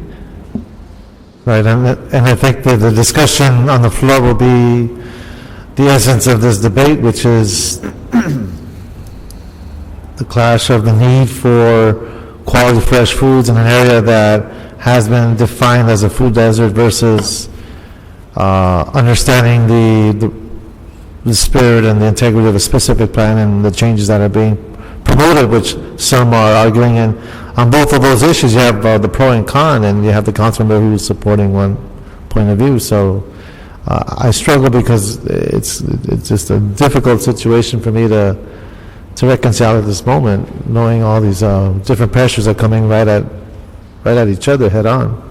Right. I'm having the same struggle. Certainly we want to have the strongest respect that we can for the integrity of our specific plans. And they are created through a great deal of thoughtful analysis and input from stakeholders. And when we finally get to the point of achieving a specific plan, we ought to have a great deal of respect for them. At the same time, we have staff presenting findings as to the justification for these exceptions, and we have neighborhood council support of those recommendations as well. Although clearly what we've heard today is divided community at best, divided community. Absolutely, I would say. And so it's difficult for me to resolve whether the burden of proof has been met for those exceptions. But we do have the support of the council member, the support of the neighborhood council, the recommendations of the staff. That carries a great deal of weight for me as well. So if your recommendation is to advance it to council without recommendation of this committee, I think that's an appropriate action for us to take. But I think I will want to hear more about this on the floor, certainly. Right, it's been, not that it's a cheap out, but it's been a long day. It's been a long day. Yeah. And we've been going, what, 10 hours now? 10 hours, so I think we've run out of gas. But we still got 4 more items, so we got to keep the pep up here. Thank you, Mr. Chairman. So move forward with our recommendation to the council floor.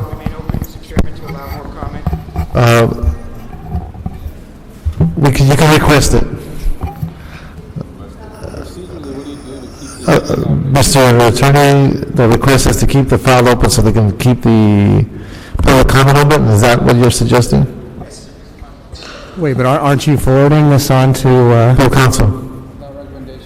Without recommendation. Yeah, well, I mean, they can hear further testimony on the floor if they'd like. We'll have a hearing. Yes. All right. Okay, our CLA is Not here. So, he's on the train. So that was item 6. No, that was item 4, 5. I believe we're on item 6 now. Okay. Can you read that into the record, sir? Yes, I will. Okay, we're moving on to item number 6, which is an appeal filed by Margarita Allen from the determination of the Board of Building and Safety Commissioners in approving an application to export 220,000 cubic yards of earth from 6201 West Hollywood Boulevard. Okay. All right. Hi, Cora Johnson, Board of Building and Safety Commission Office, Commission Secretary. We did have a public hearing held on October 26th, and it was for the haul route to export 220,000 cubic yards.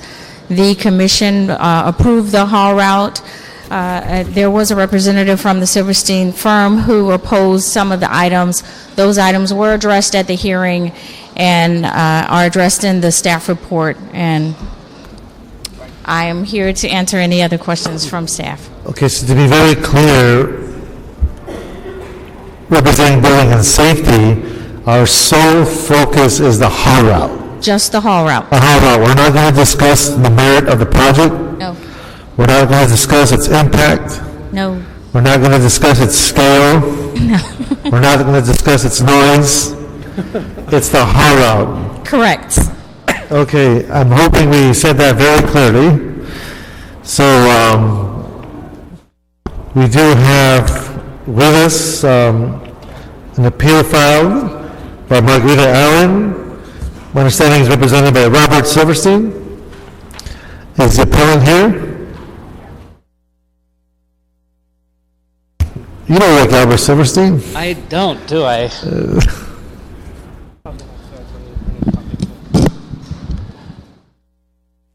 You're the appellant?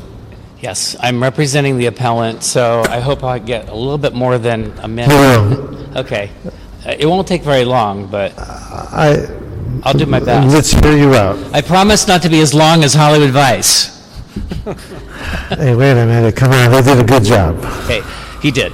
Daniel Wright of the Silverstein Law Firm, 215 North Marengo, Pasadena, on behalf of Margaret Allen, the Margaret Allen family who will be adversely affected by the project. The item before you is an appeal of the haul route and the safety mitigation measures proposed by LADBS staff and reflexively rubber stamped by the Board of Building and Safety Commissioners. First, I want to make sure that the council members on Plum visualize the location of this project. It is located on the north side of Hollywood Boulevard and immediately east of the Pantages Theater. There's Argyle Street that runs between the two properties. It occupies 2 blocks to the east and goes north and abuts residential homes to the north of Carlos Avenue, including that of the appellant, Ms. Allen. Ms. Allen has been, in the past, a supporter of this project until a representative of the developer, Claret, tried to get her to sign away valuable property rights without compensation and without explaining fully to her the nature of what she was being asked to give away. Email communications show that the representatives of Claret regarded Mrs. Allen as, quote, not possessing all of her faculties and vulnerable to their manipulation. Mrs. Allen withholds her support until the haul route protects her and the community and until Claret makes right the wrong its representatives have practiced upon her.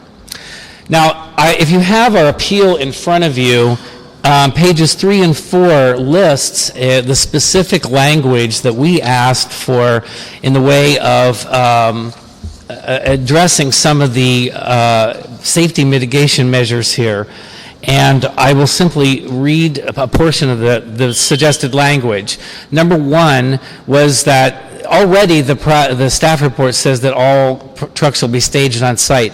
But there's a conflict in that the EIR states that there's going to be noise from idling trucks on Gower.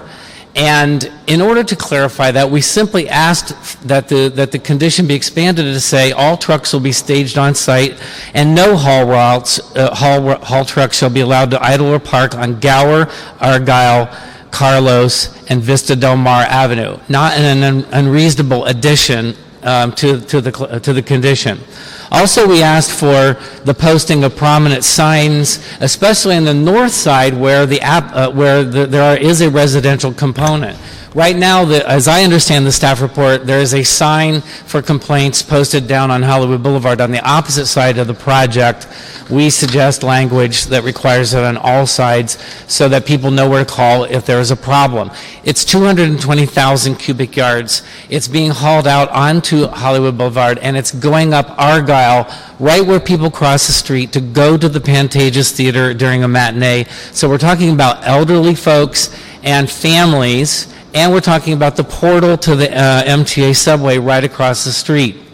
And for that reason, we asked for two more things. Number one, that all haul loads be covered with a secure tarp or other cover to prevent fugitive dust from escaping. And on wet days, especially at this location, that the adjoining streets and sidewalks be cleaned 3 times a day because of the mud problem, especially in those crosswalks where there's a lot of pedestrian traffic. Thank you, Mr. There's Wright. already 2 flagmen required under the staff report. We're asking that one of them be assigned to that intersection of Argyle where the Pantages and the portal are. Thank you, the sir. language is in our letter, and your motion at the end could simply move to adopt it. Thank you. Thank you very much. Ben Resnick, representing the applicant.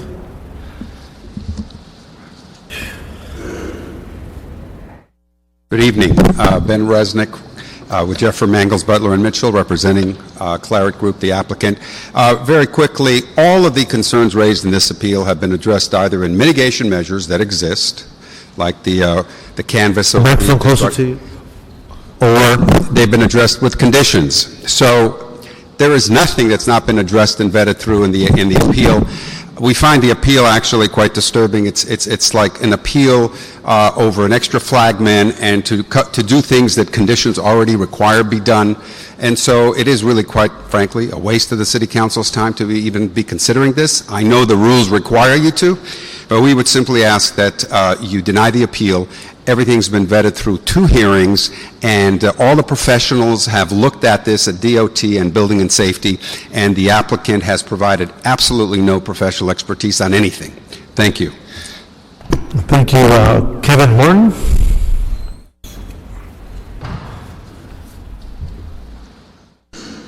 Good evening. I understand it's been a long day, so I'll sum up my comments in 6 words. Deny the appeal. They have no merit. Okay. Can anybody beat that? By the way, that's 7 words. Okay. John Bowman? Yeah. Bless you. Wise man. Nicole Shahanian?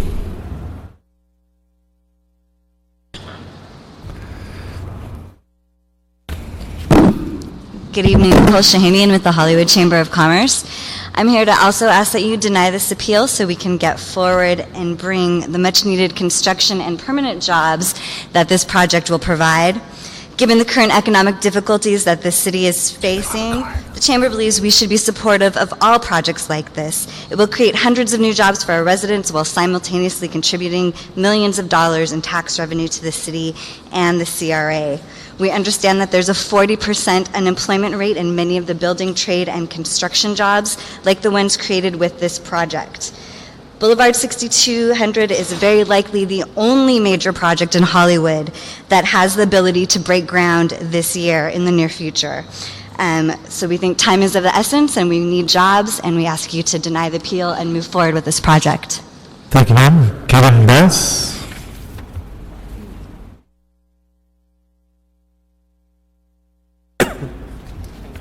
Good evening, council members. My name is Kevin Bass with International Union of Painters and Allied Trades, and I concur with the 2 following speakers. But in addition to that, my union represents 4 different trades: glass, paint, drywall, and floor covering.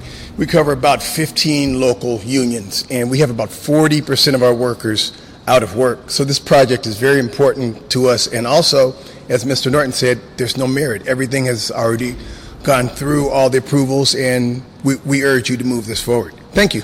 Thank you, sir. We have Piedmont Brown.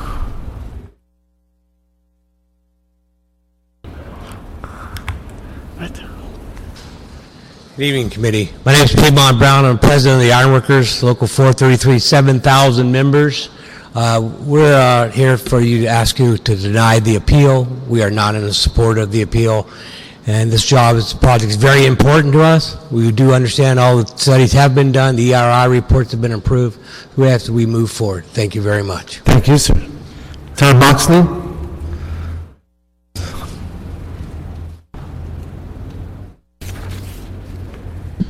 Chairman Reyes and council members, thank you for your time. My name is Tom Moxley. I'm president of the LA Orange County Building Construction Trades right down the street on Beverly. With 140,000 members in LA and Orange County and presently 65 to 70,000 of them out of work, and these unmitigated lawsuits and appeals and everything, we ask you to deny this appeal and move forward and put our members to work. Thank you. Thank you, sir. We have Doug Wilson. Doug? Okay, and Mr. Robbie Hunter. Chairman Ress, committee members, Robbie Hunter representing the building trades, 150,000 construction workers in LA Orange County. And as you know, unemployment is pretty bad, between 40 and 60%. This project, $500 million, 1,000 units. They have done a lot for the neighborhood. MTA stopped, donated land. It's going to add to the tax base. We believe that this appeal should be denied. The permit has been issued before and has just expired. Many of the things that this appeal is asking for already exist within the permit: keeping the street clean, keeping flagmen, and we ask that you deny this appeal. Thank you very much, guys. Thank you, sir. And our last speaker, Catherine Hennigan from the district office. Good evening, council members. Catherine Hennigan with Council President Eric Garcetti's office. We wanted to first thank building and safety staff for staying past 6 o'clock. She had to miss her son's basketball practice, and so we appreciate her sticking around. We'd ask that you oppose the appeal. We feel that all the safety concerns have been addressed through the Building and Safety Commission decision and the Department of Transportation's report. So we'd ask that you take action today and oppose the opposition to the haul route hearing. Thank you. Okay, thank you very much. Any questions of our staff? Are we ready to move? Anyone put? It's been suggested it's been moved to deny the appeal. Second that. Okay, and that'll be the action of this committee. Thank you very much. All right.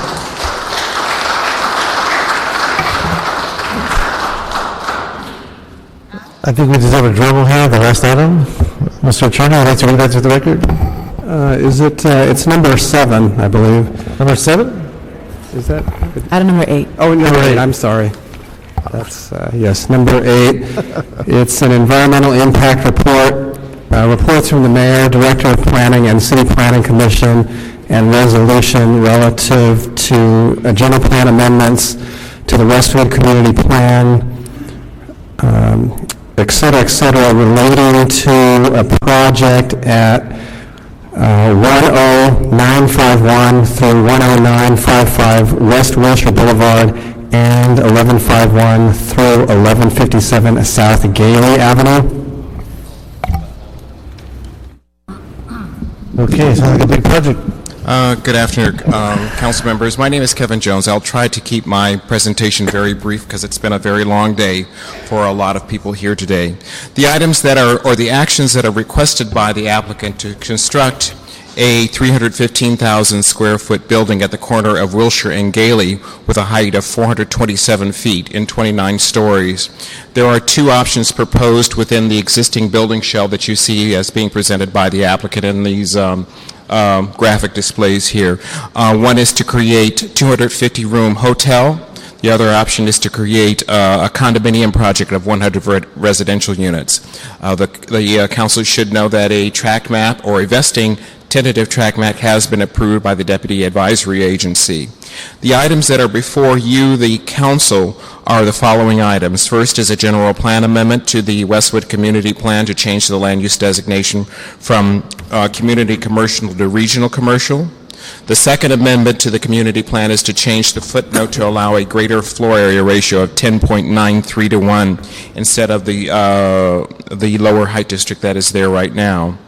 They're also asking for an amendment to the Westwood Village specific plan to change to the boundaries to exclude this site from the provisions of the specific plan. And then there is the vesting zone change in height district change from C4-2-0 to basically CTQ C4-4D as well. So those are the items that are here before you. Other items, including conditional uses for serving alcohol, have been approved by the Planning Commission. By the City Planning Commission. I would like to say that there are a couple of revisions that I would like for Plum to entertain and to make in this. In the project description and in the condition, there is a description about a restaurant in the hotel. And the Commission's intent was that it was just a restaurant for use by anyone in one of the options, which is to be for the entire project. It is a restaurant. That's how it was reviewed environmentally. We would like you to strike the language that was continued from the original request that refers to for hotel use only. It is a restaurant that will be open to the public, and that was the intent of the commission. So wherever you find that, just understand that what you will be approving is a restaurant on the fourth floor of approximately 9,500 square feet on the fourth floor to be open to anyone's use. I know it's been a very long day. I will step aside to allow you to hear from the applicant and those people that participated in this highly desired project. There was no opposition at all for this project. It is in Westwood. It's at the corner of Wilshire and Gailey. It's a very large project, very desired, no opposition. This applicant went to extreme measures to make sure that he worked with the community. We have Dr. Laura Lake, we have Sandy Brown, we have a number of other people that are well vested in the Westwood community that have participated and found that this is a great project for the city of Los Angeles and for Westwood. With that, I'll step to the side. So if you ask somebody to stand up and support it, that would be enough? No, just kidding. Don't worry. I know someone want to speak. I'm just kidding. Can I hear from the applicants, please? Good evening. Good evening, sir. Councilman Ed Reyes, Councilman Huizar, and Councilman Kerkorian. I've been waiting a long time to be in front of you to present my dream here today.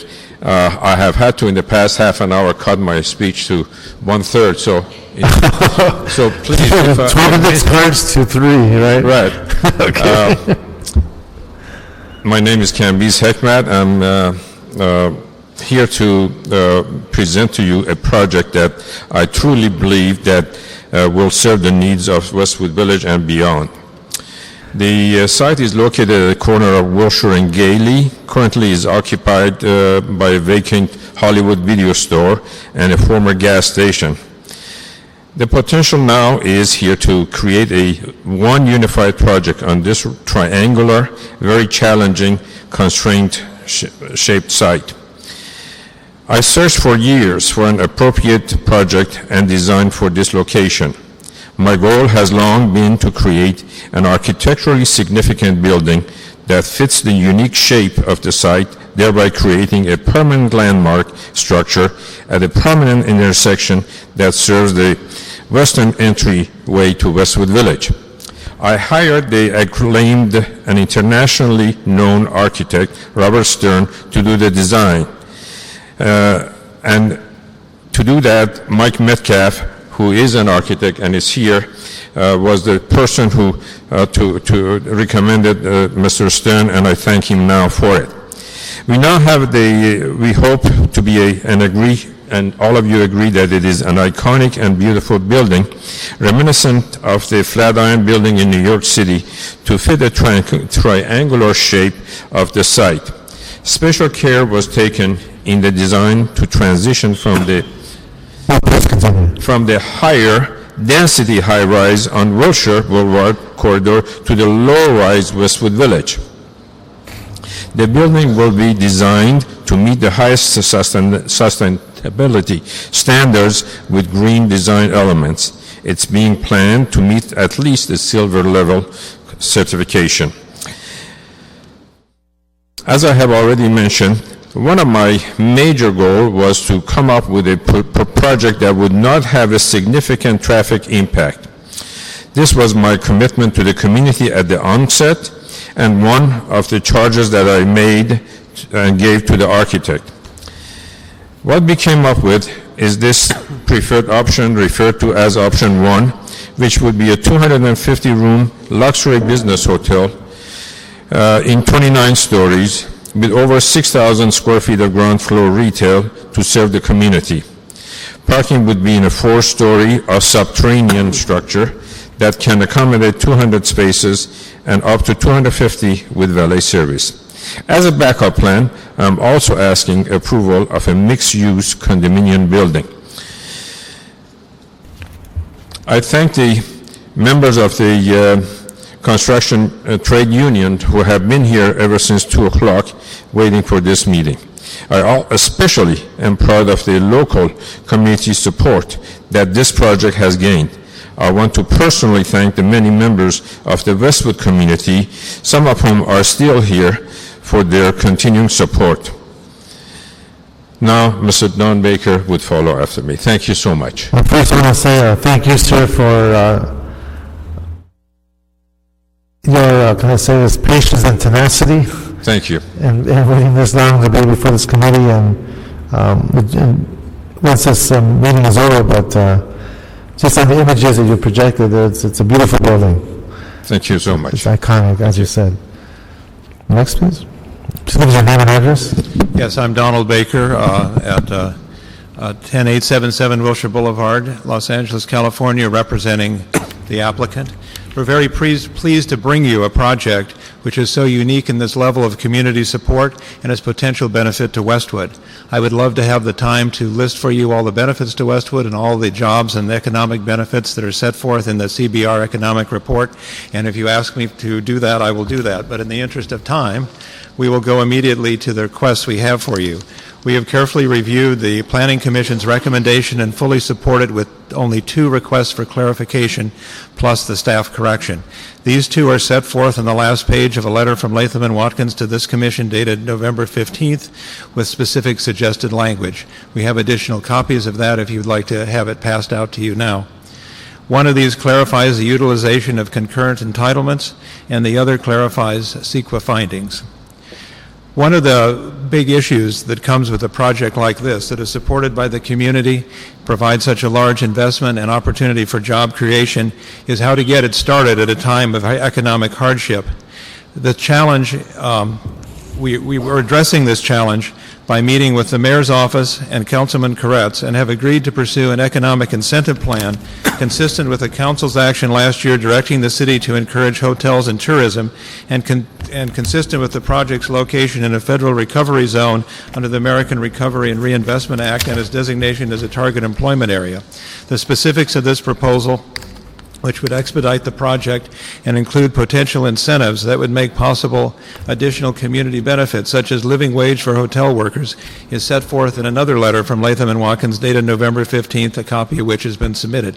We can also pass out the exhibit to you if you'd like to see that without finding it in the letter.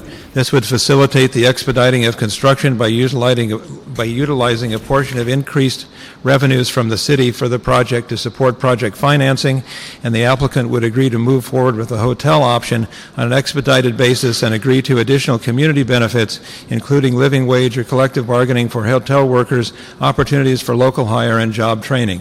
In order to move the potential incentive package forward, we're requesting that you recommend to the City Council to adopt the entitlements with the 3 changes and the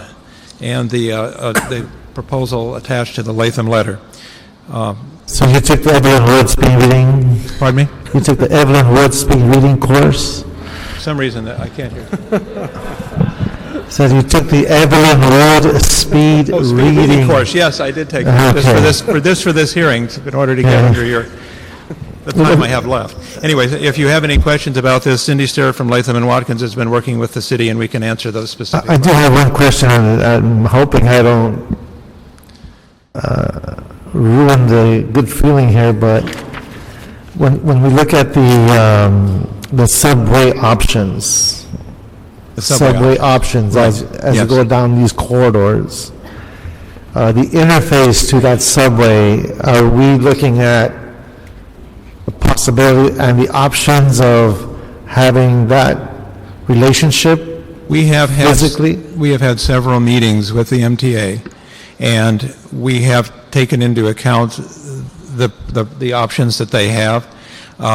Depending on the depth of the tunnel, there would be no conflict whatsoever. If it's a Wilshire option, there's no conflict whatsoever.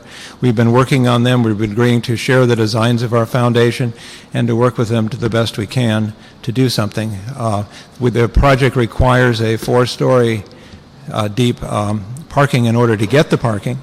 And if the MTA plans something, we may have to make some adjustment to that, but we believe that the MTA, the plans that we originally discussed with the MTA all had an elevation that went under that and went under the other parking in the project. So we have had open and continuing discussions. And the reason why I raised it, when we did the MacArthur Park Red Line subway station, there were some portals and... Well, we have agreed in a condition to provide for portals, to work with them on providing portals to our project. Okay, so the red hairs are being addressed? Yes. Good. Thank you, sir. Okay, anybody else would like to speak on behalf of the applicant? We have several cards. Hi, I'm Cindy Stewart, and I'm just here to answer questions. Maybe we could speak after the commentary. Okay.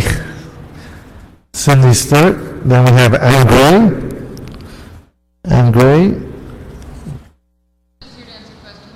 Answer questions too. She's from the architect. Okay. We have with us Laura Lake.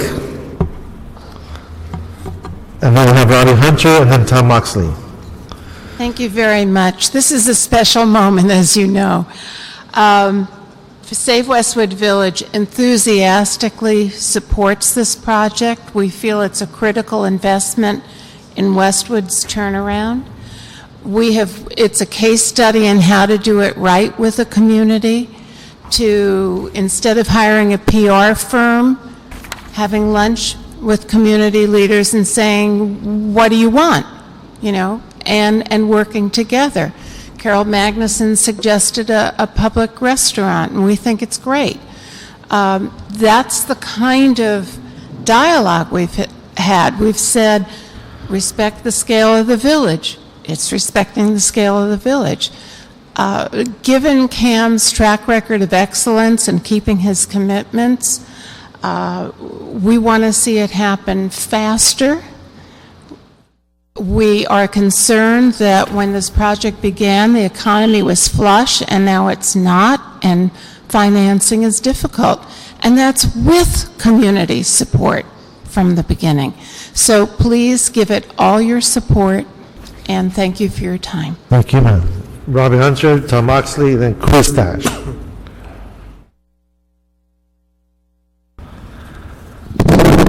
Mr. Chair, committee members, as you know, it's not easy for any developer in today's economy to get a project off the ground. And this developer has really done outreach to the community.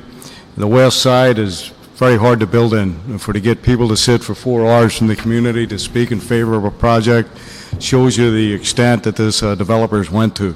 He's also done a project labor agreement with the local building trades. He's going to be using local contractors.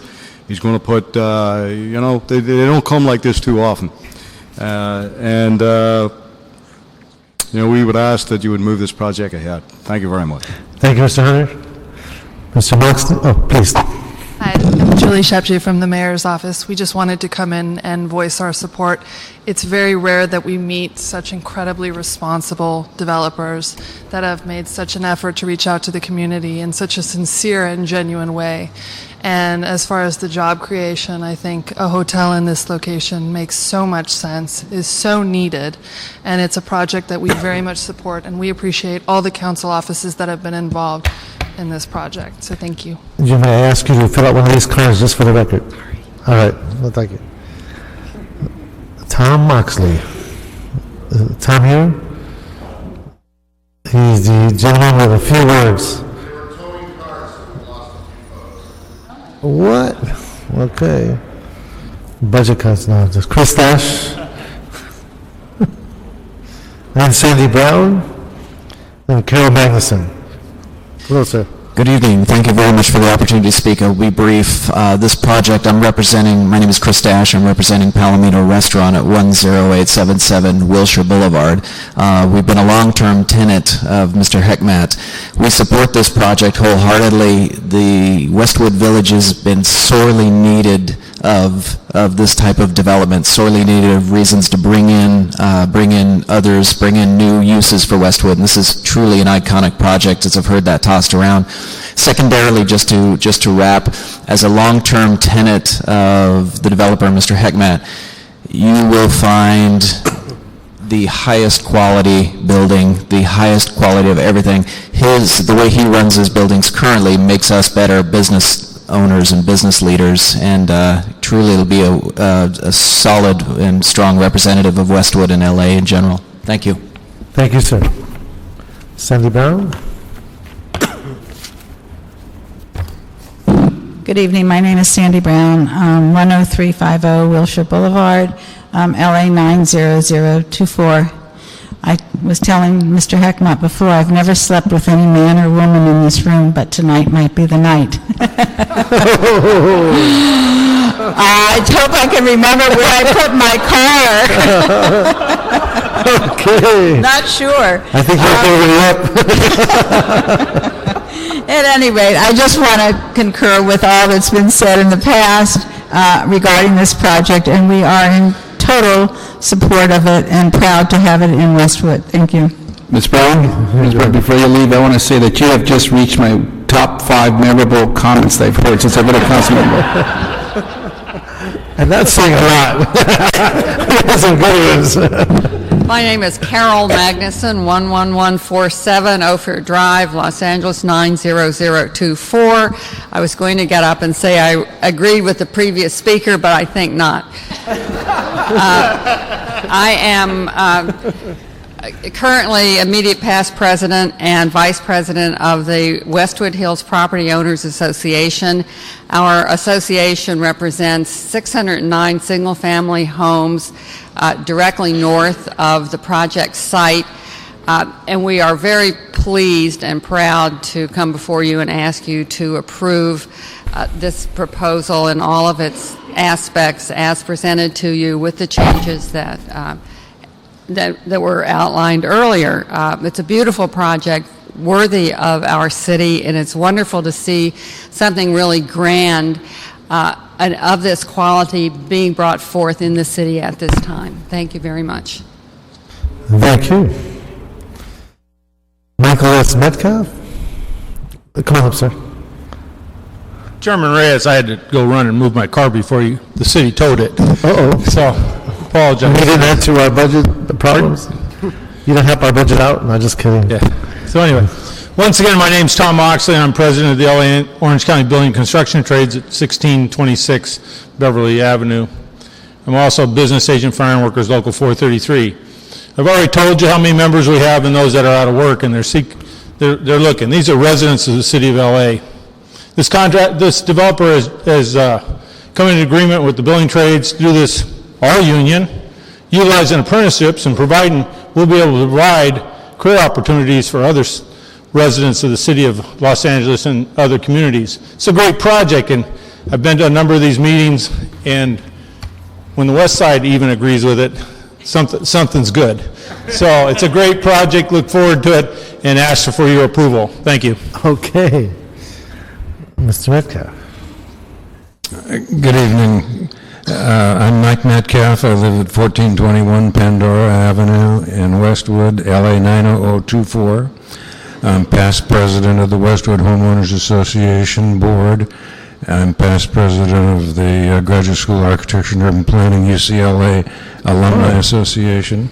And I have an extensive background as a planner and an architect with TOD, transit-oriented development, planning and design, quarter-mile radius, half-mile radius around station sites. This excellent project, which I urge you to certainly approve, is a real good example of what the City of Los Angeles intended when it adopted the TOD ordinance, the city's own transit-oriented development ordinance.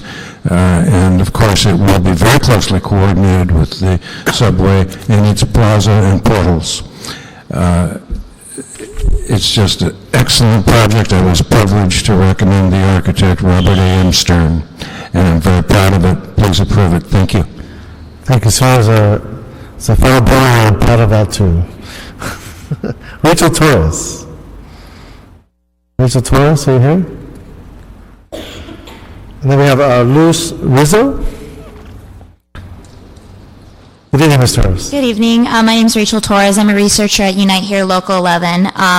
While we officially do not support or oppose the project, we do have concerns about the permanent hotel workers at this site, and as well as the lack of affordable housing on the project.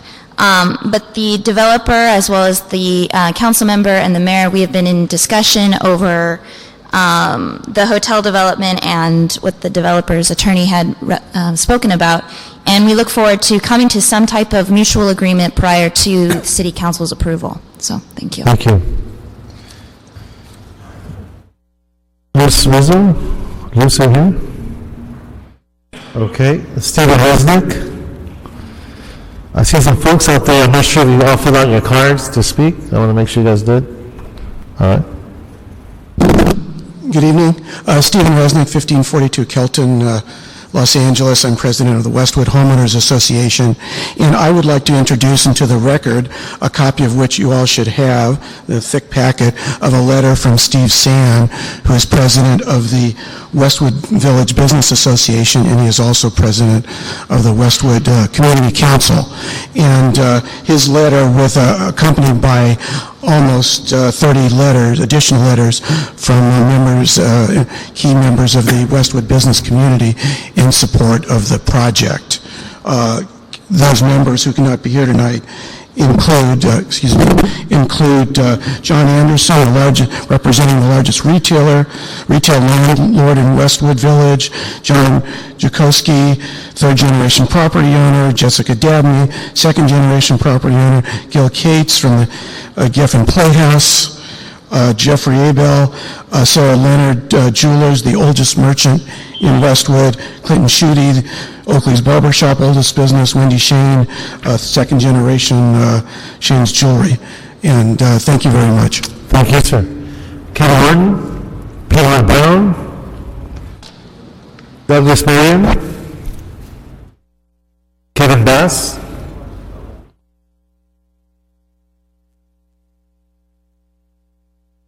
Good evening again, council members. We had to go move our cars. A lot of the people that you've called are probably coming back.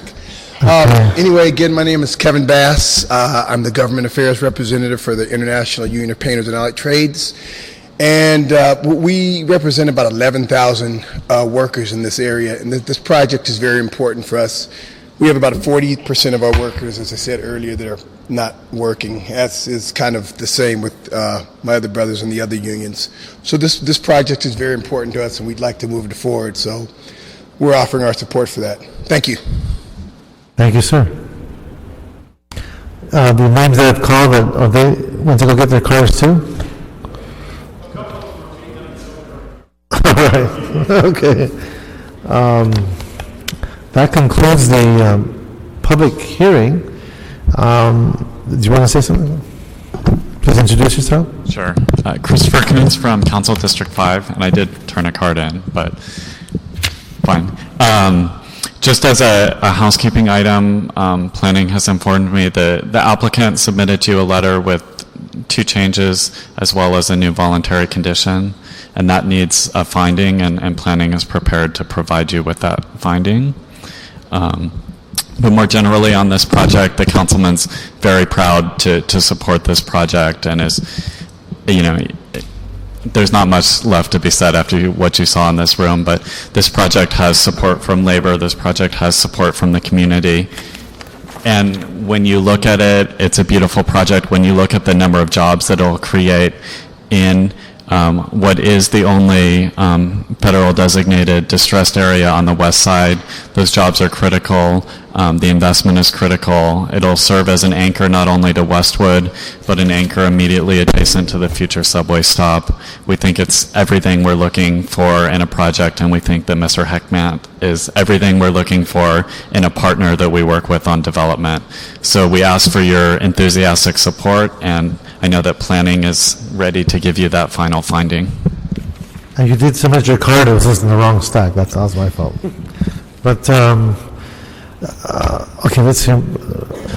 Yes, there is a letter submitted by Latham and Watkins, 3-page one, with additional conditions regarding gap financing and employment for living wage for hotel workers in the future.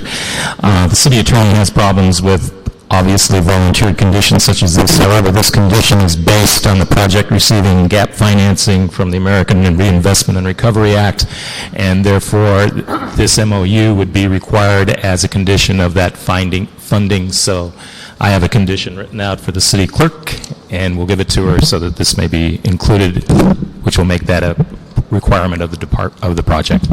Okay, so this, because it's voluntary and it's being added by the applicant. Right, it's more or less voluntary, but because they may be receiving some gap funding, the city now has a hook to require these kinds of activities, which normally we only do in redevelopment areas and around the hotels and around the airport, which is in a similar zone. So that's the nexus there, okay. That's the nexus for it. Correct. All right. Okay, anything else you'd like to add? No? Well, I think it's pretty clear what we're going to do, I think, yes? Well, Mr. Chairman, I just want to comment that, far too often, I think, in this city, we're confronted with what I perceive anyway, as kind of a false choice between, doing development, creating jobs, and maintaining the integrity and character of neighborhoods. And I just want to congratulate this applicant for showing us a great example of how it should be done. This is an applicant who's worked closely with the neighborhoods, who's created a model of sustainability, who's created a project that meets the needs of this neighborhood and mitigates the impacts. It's transit-oriented. These are the sorts of projects that we need to be fast-tracking and putting on greased skids so that these guys in the back can get back to work. Because it's unacceptable. And we had a thing earlier on the agenda that's been delayed for years, even though it had neighborhood council approval, is exactly the sort of thing that we ought to be expediting. And I think this is that kind of a project as well. So I really want to applaud the council office and the applicant for putting together a package that really should be the model for what we're doing in larger developments throughout the city. So congratulations, you certainly have my support, and I move that I move approval. Absolutely, Councilman. Yeah, I'll second that, and I too want to congratulate the applicant. There's a win-win in a lot of situations here in making what could be a complicated project come to fruition. However, in looking at that, I think you've tried to work with every stakeholder to find that common ground. And as Mr. Krikorian mentioned, this is a project that we should focus on this as a city and say, let's get it through. It's jobs, it's community improvement, and in a neighborhood that not only looked out for the impacts it may have and really thought them through well, but also it's going to revitalize an area that could help the local businesses and local neighbors. And so congratulations, and this is a job well done. We look forward to it. As I was on the school board, and we used to do a lot of groundbreakings for new schools, and I used to say, I love groundbreakings, but ribbon cuttings are even better. So we look forward to the ribbon cutting right here. Thank you.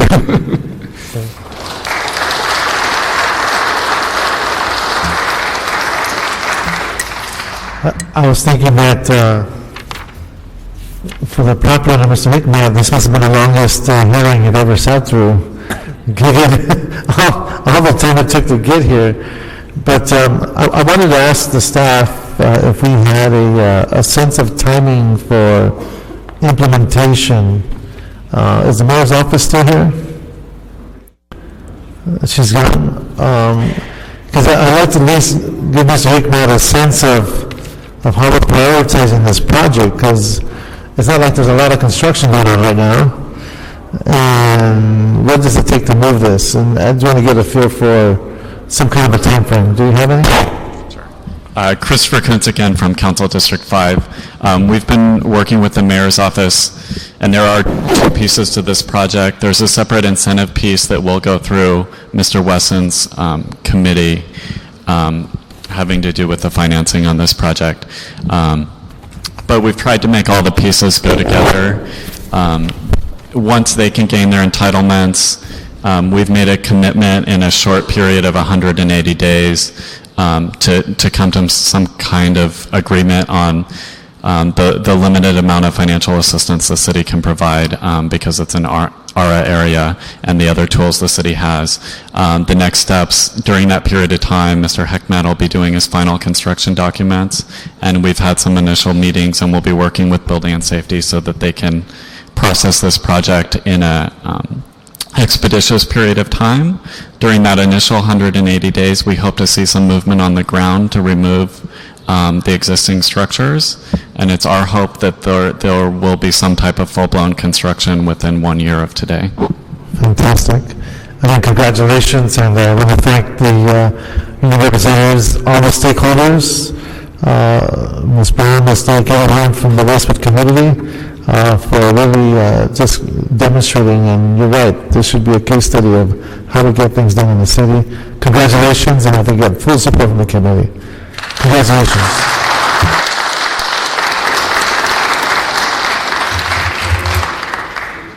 Excuse me, Councilman, also just to note that this item will be in council on December 8th instead of November 23rd. Okay, December 8th. That'll be in council. Thank you very much. Anybody here for public comment? Seeing none, this meeting is adjourned. Please. Move to the jury right now.